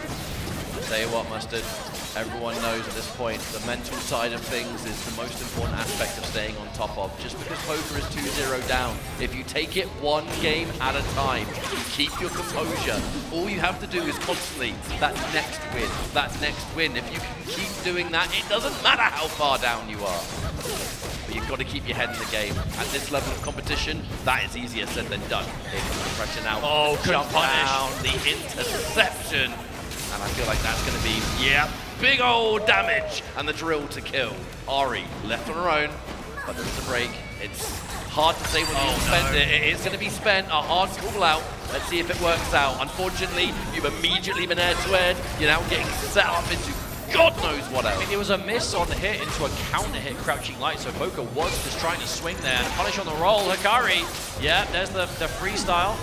Turning the small throw into a combo. This might even be less about the damage and more about just wasting that Fury time. The Fury damage buff is going to keep you alive. However, Fury's out. Wait, you've just been level 3, maybe. Wow, that did both. That also, not only did it stall all the Fury's timer, you built just enough meter for the level 3. Hikari, hang on a minute. Could this be another 3-0? That combo would have done way more damage than it looked as well, because of how much Fury was regenerating mid-combo. In fact, no, the more I think about it, I think there was just a part you get the KO anyway, regardless. But Hikari finds it all the same. And a catch on Poka. Oh, and another counter hit. Every time we end up in these close range kind of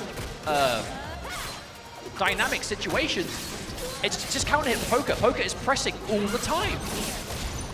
Hikari, no doubt, has been aware of that game 1. There's a saying of if it ain't broke, don't fix it. But if you just keep pressing and keep pushing that advantage, it gets more and more stressful as time goes on. Immediate break, once again, to ice any kind of momentum Poka could have taken. You finally find a hit, guess what? Break.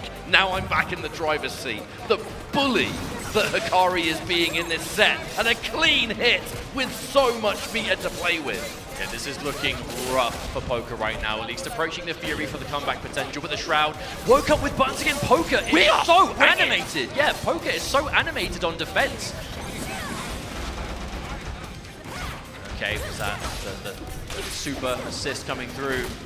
Uh-oh, okay, there's something. All right, we're gonna open up Ari. And it's difficult, we see Poka stayed in this tournament by going for, never mind. Oh dear. That is gonna hurt so much against Hikari. Such a low health character to make up for just how crazy she is. But when you get hit by raw level 3, look at that! Oh! And a dash up light does the job for Hikari with a 3-0 clean sweep over Poka. Yeah, Poka looking very disappointed with that one, but I mean, yeah. You can't blame him. That was a set. You had to win to stay in, but Hikari is just on a momentum spree right now. The mirror match is Lots of respect coming out here. Give it up for Poka, folks. Second place, 2 knees KO. Second place, Evo Japan. It just seems to be never ending. And you know Supernoon is the kind of player who is more than capable of getting that first. But you have to be more than capable. You have to do it. You have to make it happen. So only one of them can advance. The dreams will be crushed. There's the handshake. All right. We're about to jump in. An absolutely iconic moment. You said it earlier, and we'll say it again. There can only ever be one first ever Evo Vegas champion for a new game, and this tournament has had every world-class player, for the most part, in attendance. Yeah, I mean, it has been as competitive as you would want. Bro, you're looking to be a champion amongst champions in this top 3. Okay, losers finals, here we go. Only a few matches left before we are complete. And unfortunately, only one can go on. It makes me so sad to say, but that really is the truth. The storylines are never ending. Crowd, if you're out there, let's make some noise for our top 3. Supernoon and Hikari now engaged. Bit of a patient start. good defense on both sides. It's all about landing that first critical hit that you can convert from. In this case, we immediately go for our throw. And the driver's seat belongs to Supernoon. Limit Strike into setup, the chase down, and the challenge immediately forces the break out of the reigning EVO Japan champion. Oh, huge jump in though. Practically full screen. It's going to give Hikari again this coast-to-coast effect. So much corner carry in that setup. I like the backdash before going for that though, because again, if you stay point blank for that setup, it's kind of an automatic BT. If you distance it a little bit, it kind of messes up the timing.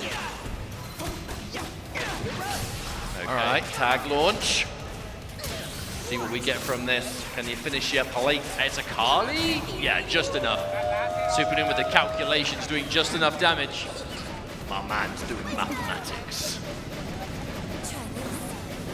Hikari has to be very patient here. It is very possible to still take this. Let's not forget, okay, that being a dead Teemo, you have good range, good damage, good pathing there with the Hikari. You've got at least 2 super assists of Akali should you want to pull the trigger on it. But that's the change round, okay.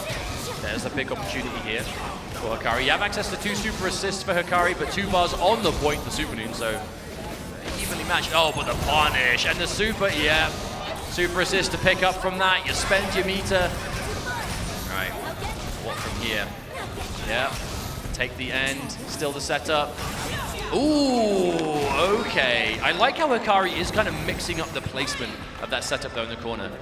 I think you can kind of get into a pattern as Ari by just going for the exact same setup, the same time every single way, but a little bit of a mix up here and there.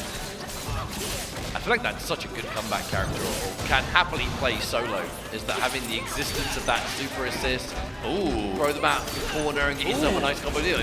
Yeah. Well, I'm waffling on. We've got a whole round to go because now here comes the counter on the break. Oh well, tried something there, but Hikari just up back, gets completely out and manages to pick that up so low to the ground. And as soon as Noon tried to establish any mushrooms, wait, hang on, fully commit on the echo, and that's a dead assist already, and Hikari picks up anyway? Hang on what a a confirm! minute. That was absolutely ridiculous. The staggered game there, the intercept, the challenge at last to say, I've had enough of these lights. Get in that corner, mate. All right, opportunity for a comeback. Bit of work to do, but one more significant hit on the Ari. There was some chip damage from the mushroom, as you always expect, but no! The counter throw is out! And the mix, you have to hold it. What's it gonna be? Throw this time. It's last minute overheads, it's empty lows, it's grabs, it's whatever you want! No, but it's the progression, that multi-hitting jump normal, right? You have to block the overheads every time, but Hikari faking it out, going for the ground to teleport into a light, like, it's just the layers upon it, right? You're so used to people just jumping at you, assist keeping you blocking. Is it going to be an overhead on the way down? They're going to do an empty low, whatever. Then you just elaborate anyway. And that's going to be game number 1 for Hikari. There's that throw to start things off. Safe jump into the empty low this time. Cheeky couple of parries, but the empty low is just proving to be such an effective tool at the moment. Anti-air, get out of my skies. It's interesting because these defensive parries from Supernoon, they've not really been to catch like huge parry into like massive punish situations. It's just to show that you are, you know, aware of how to defend here. But Hikari not letting it slow him down at all. Oh wow! Okay, yeah, backed off. Of reservation. Oh, a there massive from Hikari. Yeah, that's not what you want to see. Has just been a surgeon with these buttons throughout the course of this round.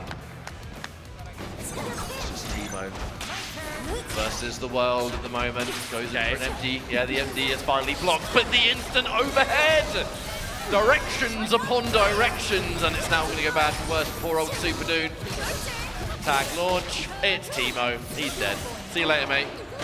Nice hat. Enough, yeah. Yeah, don't knock his fashions. I like his hat. I said that's why I said nice hat, bro. I thought you were being like sarcastic. Never mind, doesn't matter. Hikari manages to find the round again. I mean, Hikari has just playing in that perfect pace. Absolutely, I'd say. I mean, you were saying, right, Hikari just looking absolutely locked in to the max, and has continued to be so. Hikari's not going to be happy until it's grand finals. And even then, unless it's first, still won't be happy. Happy birthday to you. Oh no, they're both caught. I'm not going to sing the rest of it because I don't get in trouble. That's fine. All right, set up. And again, that kind of distant setup, Hikari's getting such use out of. Side switch. Hello, cross up there. Now Noon has been on the back foot for almost the entirety of this set. Activation is a chance to unwind, but again, the challenge. Asuna drop. Goodbye, Echo. Hikari just refuses to be contained. Anytime that there is a setup on deck, whether it's a knockdown or whatever, like, Hikari's just finding the way out every single time. And again, the double jump to be able to bait and block the Fury activation. The side switch too, disgustingly optimal. Okay, Hikari on screen, what's it going to be? Okay, oh, that was so crucial. That was so crucial for Supernoon to cancel that wake-up attack with Fury Dash. Because you could tell Hikari was covering it with that setup. It saves your skin and gets you out of the corner, but now, without your, aside from level 3, you don't have a lot of options, and now tag, that should very well be another game on the board. Wow. Yes, it will, and Hikari has been tearing up this loser's bracket. One more game to bring us into grand finals. This is a man on a mission. Oh, it's very nearly mission complete, but it isn't yet. 2-0, this is not the result we expected to see, but it's also not the result finalized either. Supernoon is no stranger to the situation, has been 2-0 down in the past. Yo, crowd, I know we got some Supernoon fans out there. You need to lend some strength. Okay, Hikari. Unfortunately, this is not the best way the round can start if you are a Supernoon fan. Here comes that super once more. We knock down, we mix the break, keep that character alive at all costs. Lands in time, yeah, keeps it safe at least. Really tried to squeeze out that extra damage on Teemo. Did you see that? Yeah. Honestly, it's the use of handshakes that I think really has just kept Hikari one step ahead in this entire top 8. Just always ready to keep something safe, get like a weird situation punish with a combo extension. Oh, there's a catch. Oh, yeah. Ouch. Right, we're setting up once more. That is unfortunate. A clean opening and a big old jump into boot. Looking like this round is going to go towards Hikari as well. This absolute rampage that he has been on is just looking to continue. Ooh, didn't pick up. But still, I mean, what can you do? Oh, the other side! That's gross. Gross! That's gross. I'm going to be sick. But it also goes to show that with the constant pressure, the snowball that has been rolling from start to finish for Hikari, we still haven't even come close to seeing everything he's got up his sleeve. We're going into match point already. I cannot believe it. Potential 3-0 here, unless Noon can work something out here, but I don't know if it's possible. Hikari is just so far ahead right now. Okay, that's a good start. At least you forced the break. Okay, and a challenge, an interruption too. You know Hikari was looking to press to keep that going. This is a wonderful possible turnaround for Supernoon. We were talking about the mental stack that gets built in this tournament. The more games that go down, the higher the task seems to be. But Noon, the grind, I mean, the amount of games this guy's played, the amount of tournaments he's done well in. This is your chance to really bring it back, make magic happen. I think we're starting off with a dead character. That's what you want. That's what you want. Okay, Supernoon. Signs of life here. Ari is gone. Akali left. Now you can actually establish this neutral. We saw the wins that Supernoon has got in this tournament. You know, let's remember, Supernoon got into winners top 8 without dropping a single match. But it's now, you know, on the receiving end of a 3-0 in winners finals. Potential 3-0 here. But that's how you know it's a sign of a player who is just not finished. But establishing that neutral is a big part of it. Empty jump assist to be covered and saved. Uh-oh, yeah, it's going to make it all the more difficult. I think this back losing the Teemo. Didn't require any meter either, so Hikari has Fury and 3 bars to maybe deal with this Echo. The Echo, we really haven't had a chance to see thrive in this set. Oh, the late overhead! But couldn't pick up, but these throws, they're going to chunk. Here comes the Shroud. Wait, the super assist! It's a full combo, hang on a minute! Yeah, tries to bait the Fury, that was an opportunity. Oh, hang on, is that it? Oh my goodness, it isn't! Teemo, the airstrike, air support from above, and the throw, hang on, Supernoon! Supernoon is alive, and Supernoon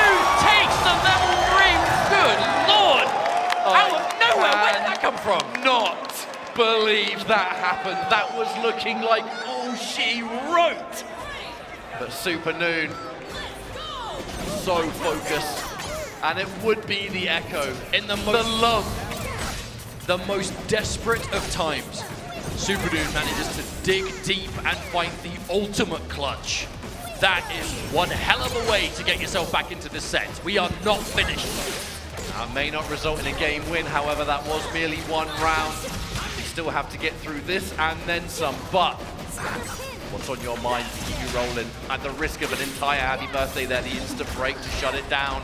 That would be a little bit of bonus damage on Teemo. Now Echo, the one eating the punishment. Always have to ask, what is the play going to be? There are so many layers to this mix, especially when you add Hikari to the mix. Oh, the advance. What a challenge from Supernoon. The clutch little dash under, the side switch, the execution. Good block on the overhead. The reactions here. Again, the bait on that 2-8. Jumped in the air long enough to get you to press, and it's kunai time. Yeah, goodbye. We've seen this once or twice. And Supernoon again forced into a desperate situation here. Approaching the Fury, but Hikari immediately moving in. The scary position and that forward throw. Creates what could be the beginning of the end here for Supernoon. Hikari is absolutely looking to finish the job and will do the handshake to conclude this set. And now we are down to one more set. Arguably, well, I say arguably, at this point, it's hard to deny, the best duo in the game in SonicFox and INZEM, and maybe the best solo player in Hikari. Does it get any better than this to showcase what high-level 2xKO is all about? Well, we get set up and they're getting their buttons checked and we prepare for the last time of this 2xKO top 8. You lovely people in the crowd. If you like Hikari, let them know right now! Yeah, a stare down. Who's got SonicFox and INZEM? Yeah, the intensity on stage. It all comes down to this. Grand Finals, one more match to decide who is the best 2xKO competitor on planet Earth. The best duo and the best solo. A perfect story. Look at this lovely crowd we have. The Red Bull best seats in the house. They really do look like some nice seats, I can't lie to you. What a morning. You're making this jet-lagged British man very happy. Oh, but honestly, as I was saying before, the intensity shown on stage, these competitors, it means so much to them, and they are both so close, they can taste it.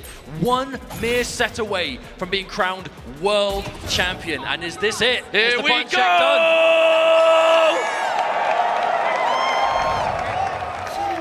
Okay, I'm assuming so. Here we go, looks like we're going to be jumping in, I'm sure. Okay, Yes, Las indeed. Vegas, here we go. Grand Finals, make some noise! SonicFox piloting the Jinx, and it will be INZEM on the Teemo. Hikari with the team of Akali and Ari. That's a tongue twister. Let's get this show on the road. I love, again, we're talking Unstoppable Force meets Immovable Object. This is that dynamic. Ari, Akali, especially Akali, you want to get in there, you want to be doing some craziness, get that corner, and just do the worst kind of things to your opponent. But Teemo, Jinx, they want to establish that neutral, fill the screen as much as possible, and take as much little chip damage here and there, build the resources, overcommit as little as possible. It's going to be the dynamic. The benefit of playing as a duo is having that kind of two pairs of eyes just analyzing the game, whether it's assists and everything that comes with it. You may have noticed Hikari, a very aggressive player, not afraid to wait and pick his moments, however. He's going to have to do that against this team. Teemo and Jinx control so much of the screen combined. But there's a happy birthday. Starting off with a bit of extra damage. We're going to punish this Teemo hard. Get ourselves the corner. Oh, wait a minute. A little bit of unfortunate business there, and the damage is good on the back end. Here comes SonicFox, making this one count. We're playing no games. We're taking damage, and we're killing the character. Wow, Akali is gone. Not a surprise, I suppose. Gonna do so much damage, and now the solo Ari. I mean, we've seen Hikari do it before, but the main difference here is the control. Ooh, okay, good chunk of damage on these Jinx, and there we go, Teemo getting hit by the dive bomb. Hikari not slowing down, and suddenly is in the lead. All it takes is one good hit. Now, because that level 3 was spent, SonicFox isn't going to have anything to convert with besides traditional meterless damage. But you are going to have that super assist of Teemo. Does a lot of combo gravity though, the hit stun decay. Uh-oh. There it is again. Oh, wow. Okay, I love that choice. Just sniping Teemo out of the air, putting a stop to that super assist. Oh, calls out that Sonic is going to be blocking with a grab. And there we go, Hikari. What a choice. No meter to parry that either. So that projectile was so sweet. Okay, there's a catch here. Not quite able to get full pickup, but again, it's establishing the screen, control the space. Build those badges for Teemo. Teemo gets so scary as those badges are built. Went for a cheeky grab there. Hikari with a jump back though, but the message is clear, not afraid to enforce it. But on the other side, here comes Hikari. Setting this up, super. Trying to make out some kind of... Oh, defensive assist is good though. Yes, it was. Oh, and so is the 2H! Oh, Teemo taking a lot of damage here. Wait, Teemo. Owie. One thing there though for Hikari getting that shroud on screen, which means the sequence of offense is so difficult to defend against. And it's not going to work out. Teemo getting eliminated in the back. Jinx taking all this damage. You get put straight back in the situation again. Limit strike, there's the shroud, there's the assist. You're not going anywhere, my friend. There is the hit. And if Hikari can finish this off, taking game number 1 here. That is a message to send. That is not only game 1 in grand finals, but a dominant one to boot. You may have been looking real good up until grand finals, but you haven't fought me. Hikari, you said it was just laser focused. Mr. Cool. Doing the best, but the deceivingly long buttons of Hikari, so good at catching you when you least. Well, especially that 5H in the air, right? Just, it's so active, it has such a great hitbox on it. It's fantastic to convert with those air-to-airs. And air-to-airs will be important against characters like Jinx and Teemo. They're really hard to pin down. Because they're used to kind of doing what they want mobility-wise, because they have stuff on the screen you have to respect. Oh, watch out! Yeah. Speaking of respect, how about that? An immediate break. You want to hold no damage. Speaking of that though. Turning it round, this corner carry. Uh-oh. Whoopsie. It's the kind of mistake that's going to give Hikari a lot more to work with. Speaking of which, again, clear that super. Yeah, you want to get 3 mushrooms on screen. We're just going to clear the board right here. Execution was really nice on the parry into the dash. Unfortunately, could not turn that anti-air into a substantial combo. But wait, Jinx finds a hit. We keep seeing that though. Jinx goes in with those long-range catches and Teemo just does not have the ability to pick up from them. But again, it's not about getting full hits, it's about getting something and keeping the lead going, even if it is steady. But oh, huge jump north. How plus on hit was that? INZEM. Up the air dash perhaps. Notice again, super. Neutralizes any projectiles on the board, creates a bit of real estate there for Hikari, who is now using that Hikari to enforce the advantage. Good block on the low, the tag, fighting back, and Hikari taking heavy damage from that Jinx. And now the Teemo to punish. It felt like Hikari just body blocked that entire sequence, but then Teemo found the hit on Ari anyway. Finish this combo, which you can, yeah, doesn't have to spend bar.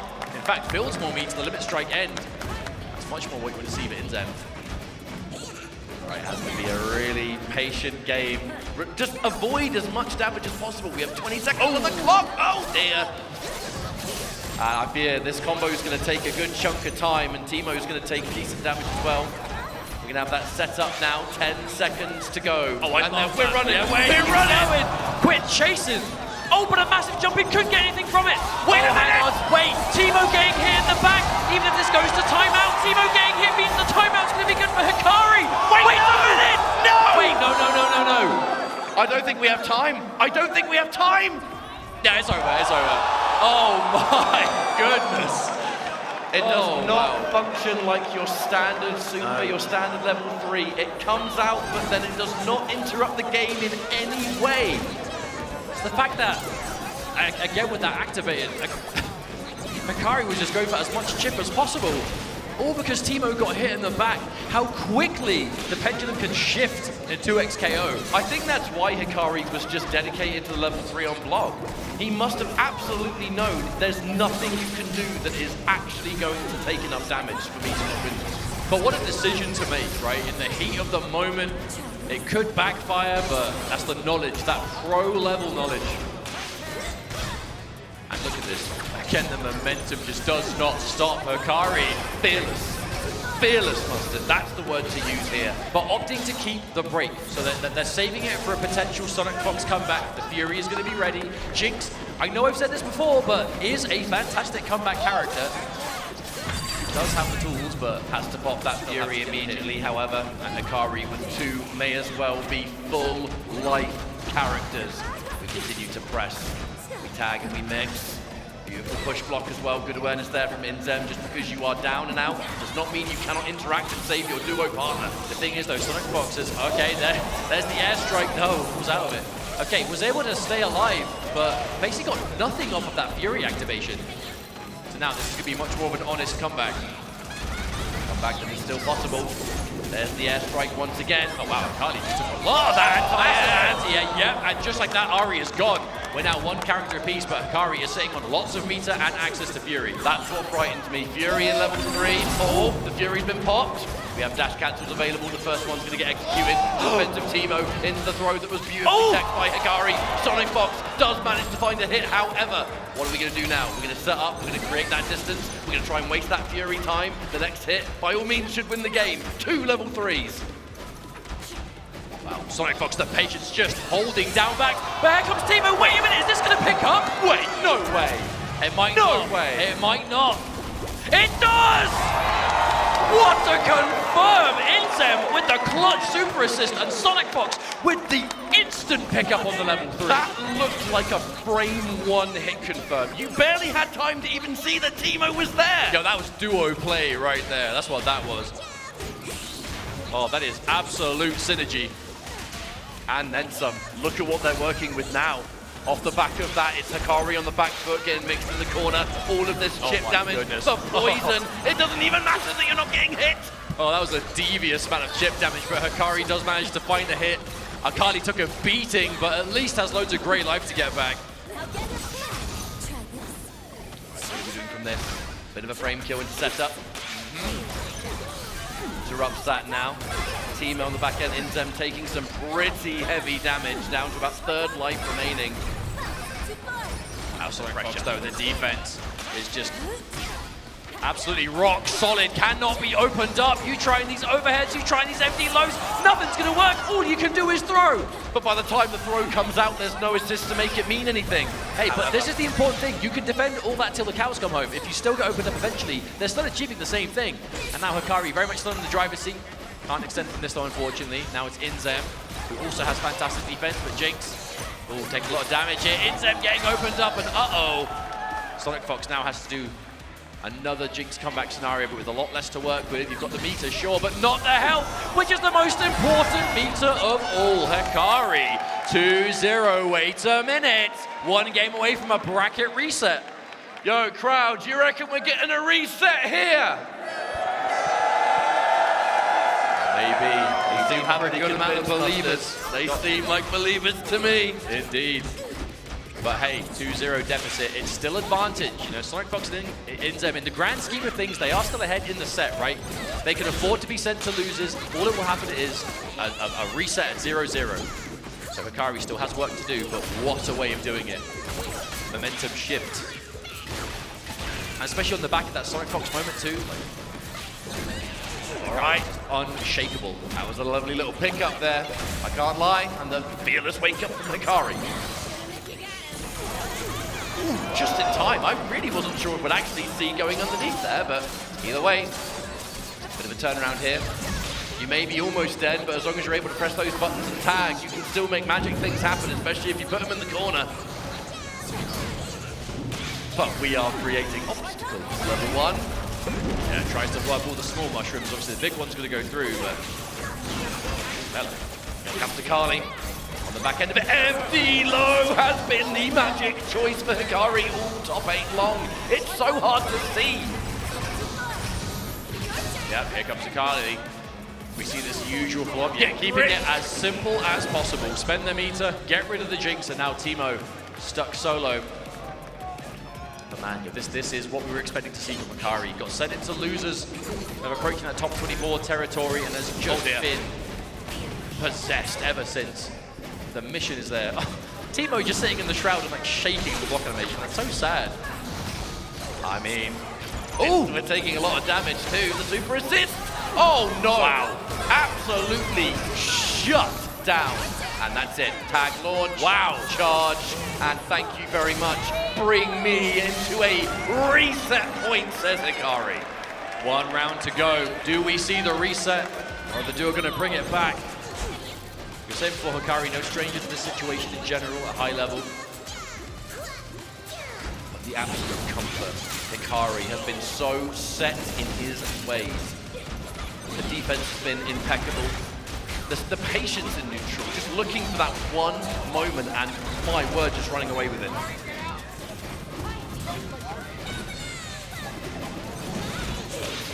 But this is that neutral coverage. This is what the team is built to do.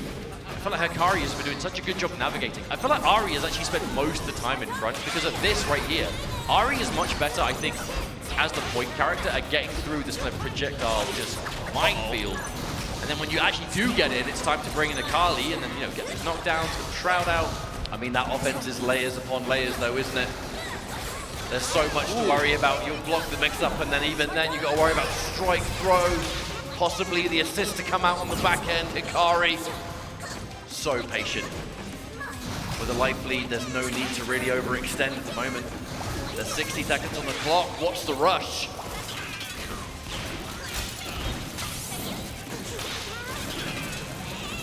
Oh wow, INZEM actually choosing to go completely in. Practically running down from full screen. Trying to chase down. Okay, INZEM maybe getting a bit more aggressive now. Oh, what an air-to-air. Instant confirmed too. Goodbye, Hikari. Yeah, INZEM really kind of changing gears there.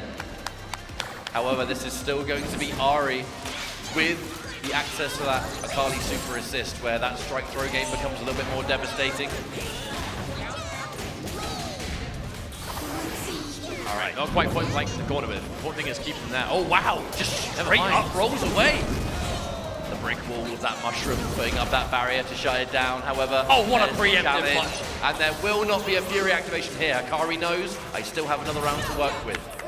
We can save that break, and that break could come in real handy at the start of this next round. However, it remains reset point for Hikari at the moment.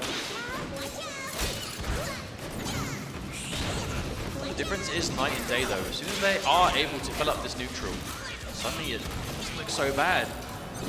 The big thing about this zoning though is that it really doesn't result in a huge amount of chip unless you can start to chain those together. The more Hikari can stay on the absolute furthest away on the screen, allow the traps to miss, jump over those missiles, he's taking such little damage, but there's the break. Wisely saved from the last round. On the back of an instant challenge too, SonicFox found a gap for a standing light and took it. Bait. That air kunai is such a cheeky challenge. There are so many options from it. All right, we set up. Patience, but no. We're opened up. We've been caught and the breaker has to be forced.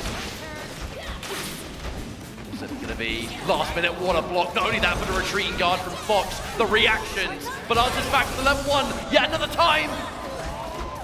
We clear the board, can't quite find a hit, but we do now! Okay, no, missed again! These strange connections, you really need to maximize it. And look at what's happening on the back of it. Oh no, so much damage being done to this Hikari now. Not only is Teemo going to live, oh, he's gonna read. Was that intentional whiff grab to make them want to press something so the trap hits them? That was dirty. Now the final character is Hikari in this match. Teemo, by all means, should be dead, but is healing all the way, and it's now Jinx you have to worry about in this neutral. Oh, the super assist! Wow! Watch out! She can come out of anywhere! That evens things up somewhat, though. Will Hikari reset the bracket right now? Air attack, okay. Oh, but not this time. Oh, so much bar on the side of Jinx, too. Super assist. Yep, and there it is. We've seen this one before, Ketchup. Yes, to confirm. Let's see if we get it 2 times in a row. We live, we have Fury, but are we gonna have the chance? Another great block on the cross-up. Gets over the line, the punish on the retreating guard, and we can still turn it into a combo. The question is, do we have a path to kill with this? We bait, and we punish! Hikari resetting the brackets on a call-out on the break. That is exactly the kind of decision that you would want to see reset the bracket, because that sends a message. That is, I don't care that you're winner's side grand finals. I don't care that you've basically not dropped a game the entire time, with the exception of what, maybe against the Twins was one game, but does not care. Hikari was and still is EVO Japan champion. Hikari is hungry for that EVO Vegas title, and 1 set left to go. On the flip side, SonicFox and INZEM, they can afford to lose that set, but it's not something you would choose to do, because this is, we're talking momentum, we're talking mental fortitude, we're talking information granted in those matches, all of the above, and it is now time for what will be our final best of 5. 1 more set out there, folks. You think you got 1 more in ya? That's what I'm talking about. Hikari just starting up, just holding up forward, hungry for this. Now there has been a character change on the side of Sonic and INZEM. It is Teemo Ari now. There is no more Jinx. Yeah, and that's a benefit you get, right? You can adjust the team if you need to. They played one team in the last set. This is a new set, they can change. We turn this one round. Fox always a believer in the ability to play a character better than the opponent. Not afraid to do a kind of mirror position. And already, looking like this Ari is a pretty good choice. The synergies are working out wonders. There's that meaty mushroom and the punish on the roll. That's a full combo and no doubt a dead character. Okay, that's a better start.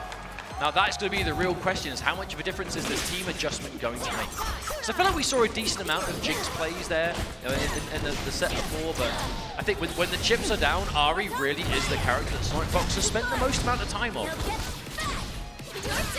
There's that team launch. Barely touched is that side. If you are going to go for a character change, you better hope that it comes out like this, where, well, I guess the proof's in the pudding. However, there's that turnaround from Hikari. We super. We push towards. We create this situation, and we figure out what's going to come next. What's the defensive choice? Punish! There is no Akali, so it's not going to turn into too much, but we can at least meet him with the Akali on Wake Up. Oh, that's so gross! I don't think I've ever seen that setup get blocked, by the way. But just what do you do? Like, Akali ends up behind, you know, with a teleport. Suddenly you've still got Ari in front. Hikari scores a hit on the INZEM as well. Teemo taking heavy damage. Now there is no meter to get a big extension, but we can at least tag in and go for a meter setup regardless. Ooh. And by all means, Teemo gonna take big punishment. I love the charge timing on that though, because like, in order to defend like you obviously have to follow the active character, but as Ari is charging that, wow, a perfect as well. As Ari is charging that H, Akali's jumping over you, so you kind of have to see what, you know, basically where is Akali when that connects, and it looks like it's right as she crosses up. We've seen Hikari really, again, going deep into that bag of tricks now, but if you're not going to do it in the Grand Finals reset, when are you going to do it? Well, I mean, Hikari currently 6-0 on this duo. 6-0? 3-0? What am I talking about?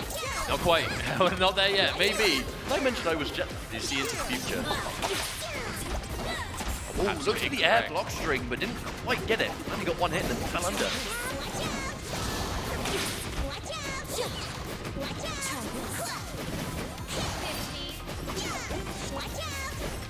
Way more shades of previous games where you just let content sit there, let it happen. Yeah, we've seen Hikari do this in general against like other Teemos, especially with the Akali out. You know, you don't want to be impatient.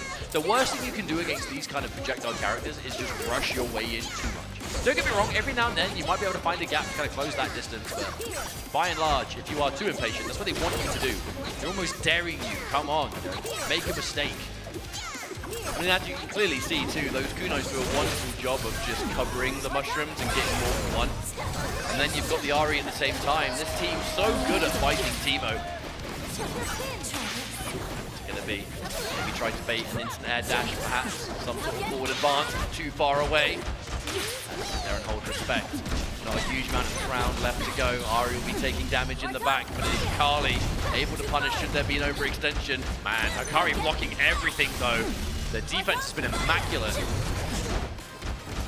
Yeah, still Hikari will not get opened up. Another block. Oh, but again, instant break. It's only a matter of time. That was a lot of block string though, because now 20 seconds on the clock, and with this combo, it's going to get very difficult for Hikari to win this game.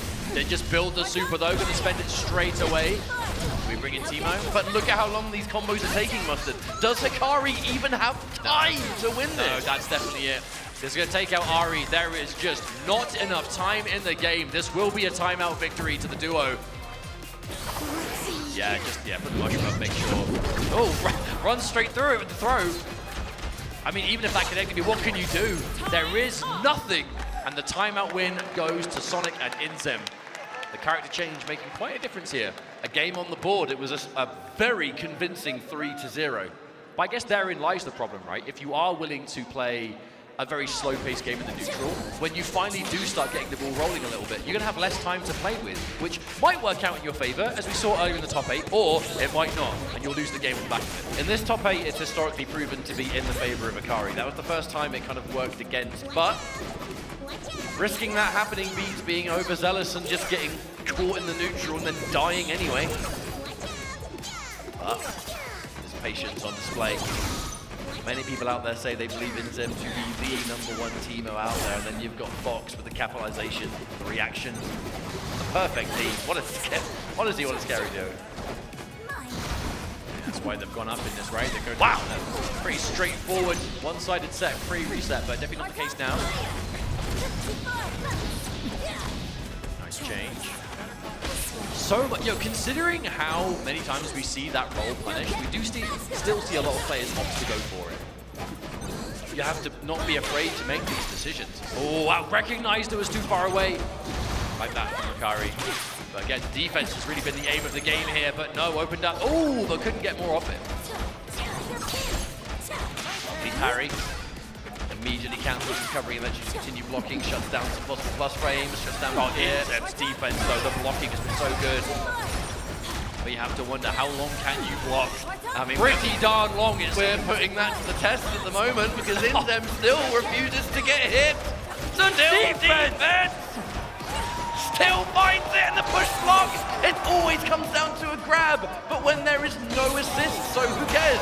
Now, unfortunately, you do care. Man, I've got to say though, kudos to the blocking there. INZEM clearly willing to kind of take the throws in that instance, but when you're against a character who's threatening constant air dashes or just quick overhead options in the air, empty lows, assists, like dynamic timing. That's the thing, you're not just looking for the throw, you're looking for what the cooldown is. If there is no assist available, then the throw is just the lesser of two evils, or a million evils. Big pick up there, another. The super assists from INZEM have been the most clutch thing. No, they have all been so good. There it is again! Oh, that's a catch! It's not only that INZEM is always ready with the perfect timing, it's that Sonic's always ready for it to connect. Oh, wow, and one round up again. Potentially threatening a 2-0 here. INZEM has just been a master when it comes to defense. Even if INZEM's not alive, the perfect timing to go for those assists is just inspirational. All right, starting things off with a grab. That's going to create a good situation. Whoa, that was delicious. And we still have more combo to go. All right, we side switch, we mix, we freestyle in. There's the handshakes. Hikari must stay alive.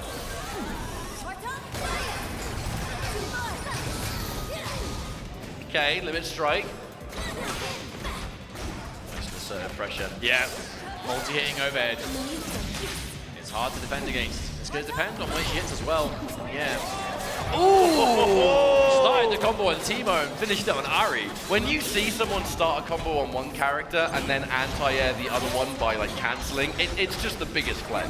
You know they're calling out, you're going to go in from the punish, right? Yeah. Ooh, we're going to trade? Yeah, we do. Nullification. Ooh, okay, INZEM comes in with the save. And the side switch, which is big when you've got Ari on the end. Set up. Yeah. Once more. Keep it simple. But just the low on its own. No need to overcomplicate things there with SonicFox.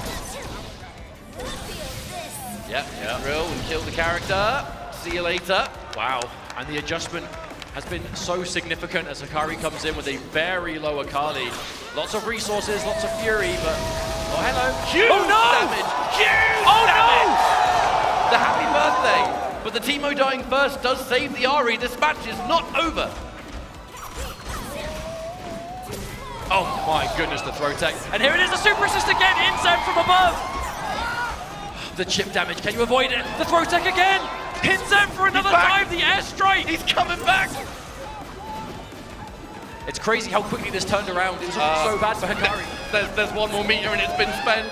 But at the end, finds it! Hikari! That is unreal. That was looking impossible for Hikari right up until that happy birthday. And suddenly, instant turnaround. All right, so the first bit of momentum and the punish. The risk was taken, I'm sure, thanks to that break being available, but sadly, having to use it already. If you get caught now, you are in for a world of hurt. Oh dear. Oh wow. Oh Pick dear. up. Oh, and the poison darts, that's just adding. Ooh. And more corner. Ooh, went the turnaround. Yeah, went through all of it to hit the Teemo. All right. Situation.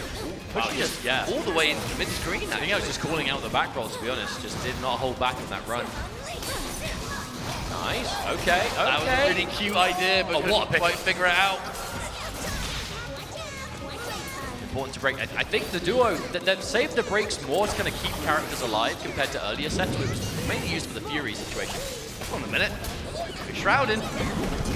Hey, shroud up should help give you some extra tools to deal with the projectiles, but... Oh, wow. Big jump in there. Yeah. Huge connection there. And now Hikari taken out. The Ari is going to be up to the Teemo. INZEM.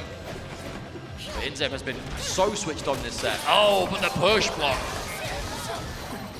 Why do I get the feeling this post-reset is going to go the distance, Mustard? I would hope so. There it is, yeah. Hikari.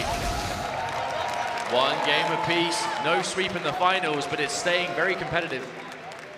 But it's interesting to see the development. Oh, absolutely. You wouldn't want anything less from Evo finals.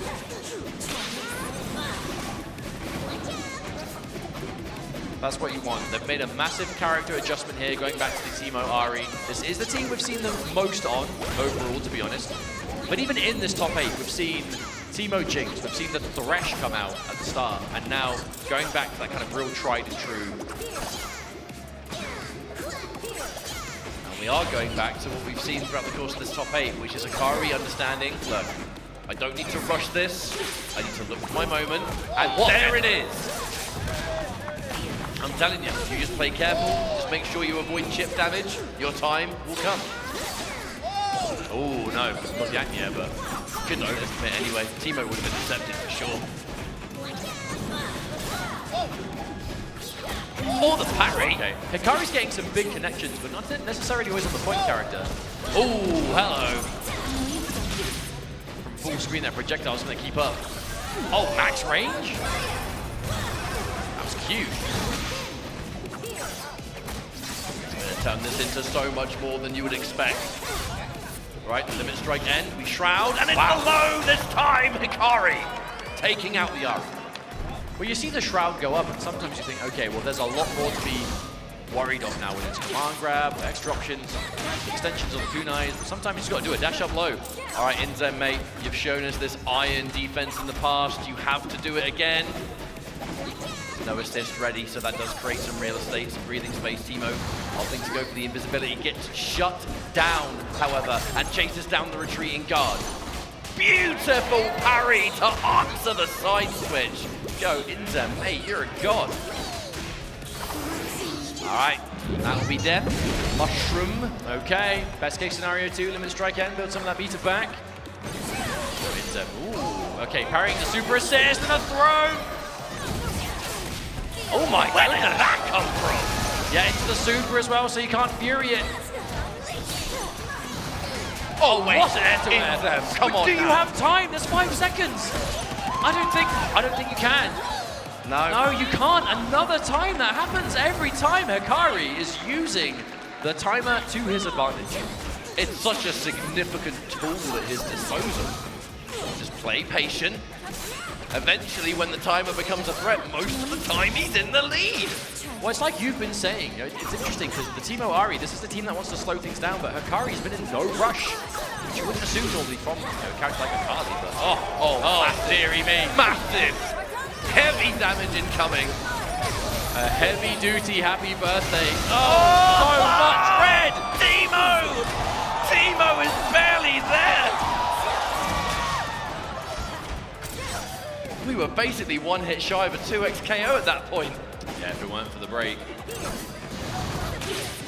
Oh, this is going to be a very, very difficult comeback to make. You are both at death's door. Yes, Teemo's got loads of grey life, but Ari doesn't really have the health to stay alive much longer. The fact that Hikari got that damage, but then, again, got hit and immediately popped that break in response is just, again, it's a game of momentum. Hikari was just really on it there to finish off the game. If INZEM can somehow pull this off, I will be amazed, but let's see. It's going to be damage. Mushroom on Oki, it's the low. All of a sudden, with that grey life remaining, the meter and that fury, this comeback just became so much more possible. It's interesting, like, when do you look to pop the Fury? Do you try? Oh, it connected. You got caught pressing. Bit of bonus damage there. Wow, block shuts it down entirely. Watch out, baiting out the Fury, but there was no Fury to be had. Holds onto it and still finds the combo confirm. INZEM, can you do it? Can you do it? Unbelievable, the clutch from INZEM to stay alive in such dire circumstances. I can't believe it. Yeah, we're dead even again. What is going on? I cannot believe INZEM found that. Almost like we're watching the best players in the world. I know, right? Crazy. Who would have thought? No, unbelievable, unbelievable levels of composure. Pushing forward, catching it in the air, but again, the defense on both ends looking pretty strong so far. All the delay. It's going to hit its mark. Hikari.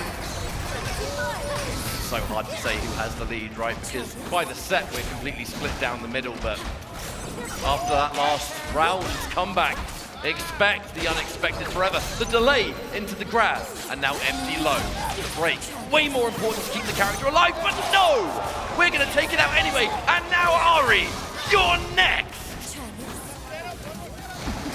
Whoa! This is going from bad to worse this round. Hikari on the verge of being up 2-1. You say on the verge, I say inevitable. Yeah. Yep, Azuna drop. Thank you very much. And one step closer. We creep slowly but surely to the end of this tournament, Hikari.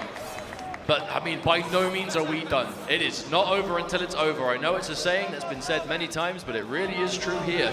These games are unpredictable. Whether it's these crazy comebacks, it's these hard call-outs, holding on to break and fury at desperate times in a way that just works out.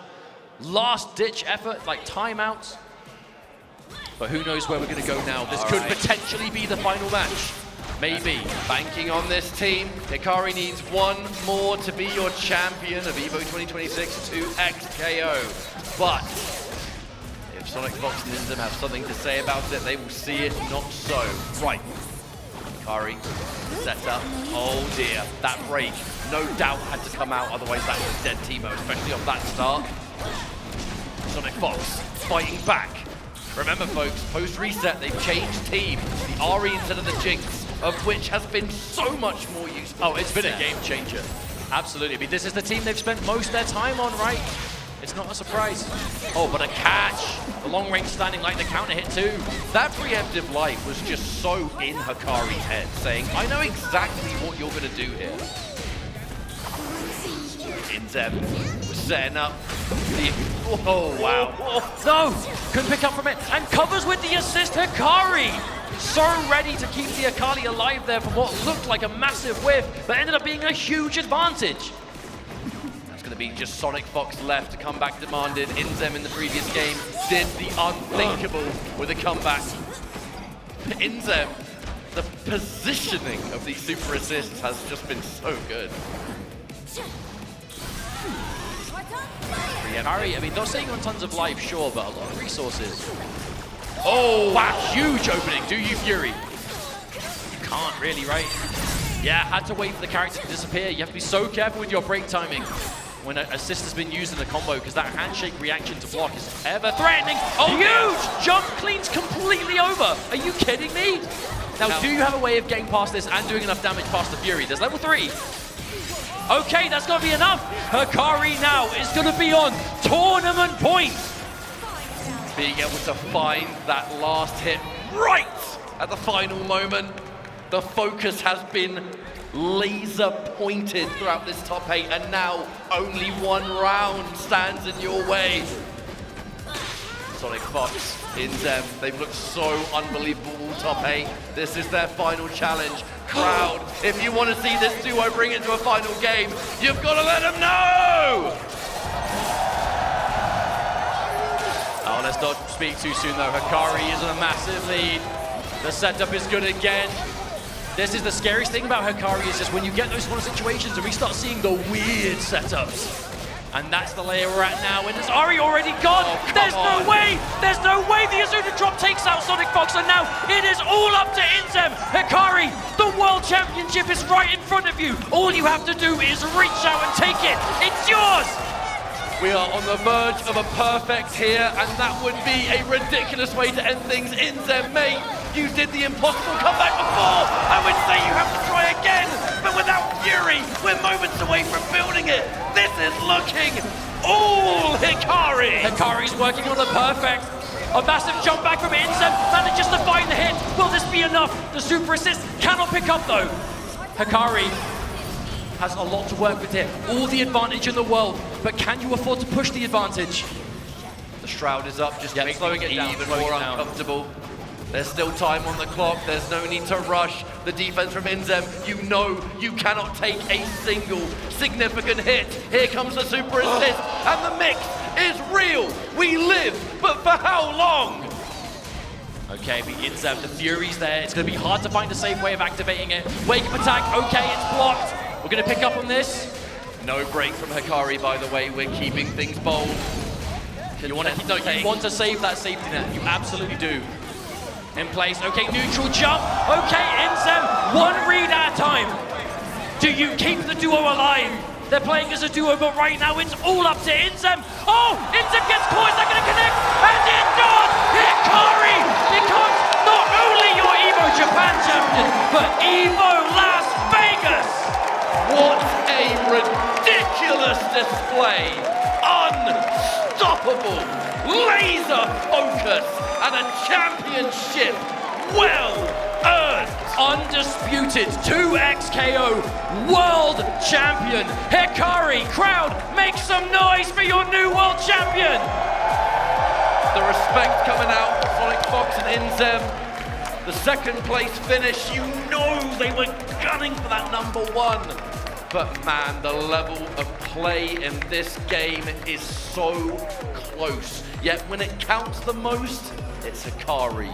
Consistency. Your greatest player on the planet. I can't believe it. I cannot believe it. Running it all the way back from loser's bracket, the duo. That was absolute insanity. Make some noise for 2XKO top 8! It is time for our award ceremony. If we could please get our medals for all of our amazing players, starting off with in 7th place, Noka!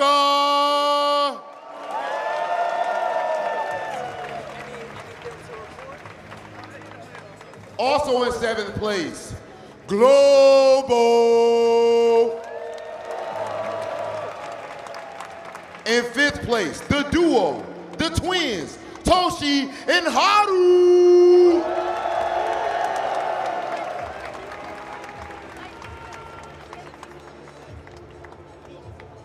In 5th place, the young phenom, Bleed.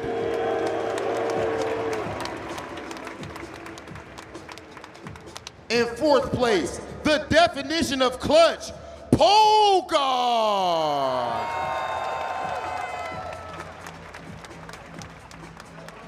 In third place, the legend himself, Supernoon.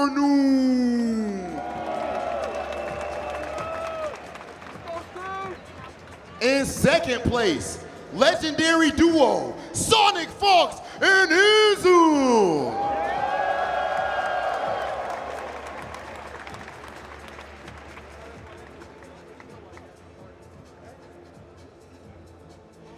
And in first place, your Evo Vegas champion, M80's Hikari!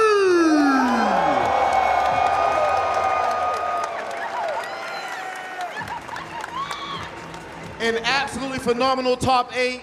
And for our top 3 competitors, we definitely have something special from Vermillo. Gold, silver, and bronze sticks. And look, they actually make sure to have 2 of them for our duo. Ladies and gentlemen, our top 8, absolutely phenomenal. One more time, put your hands together for the 2XKO top 8!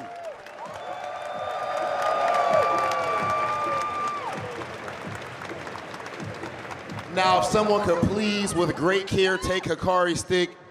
We have to have a conversation, my brother. Meet me up here center stage for the winner's interview, connected by AT&T.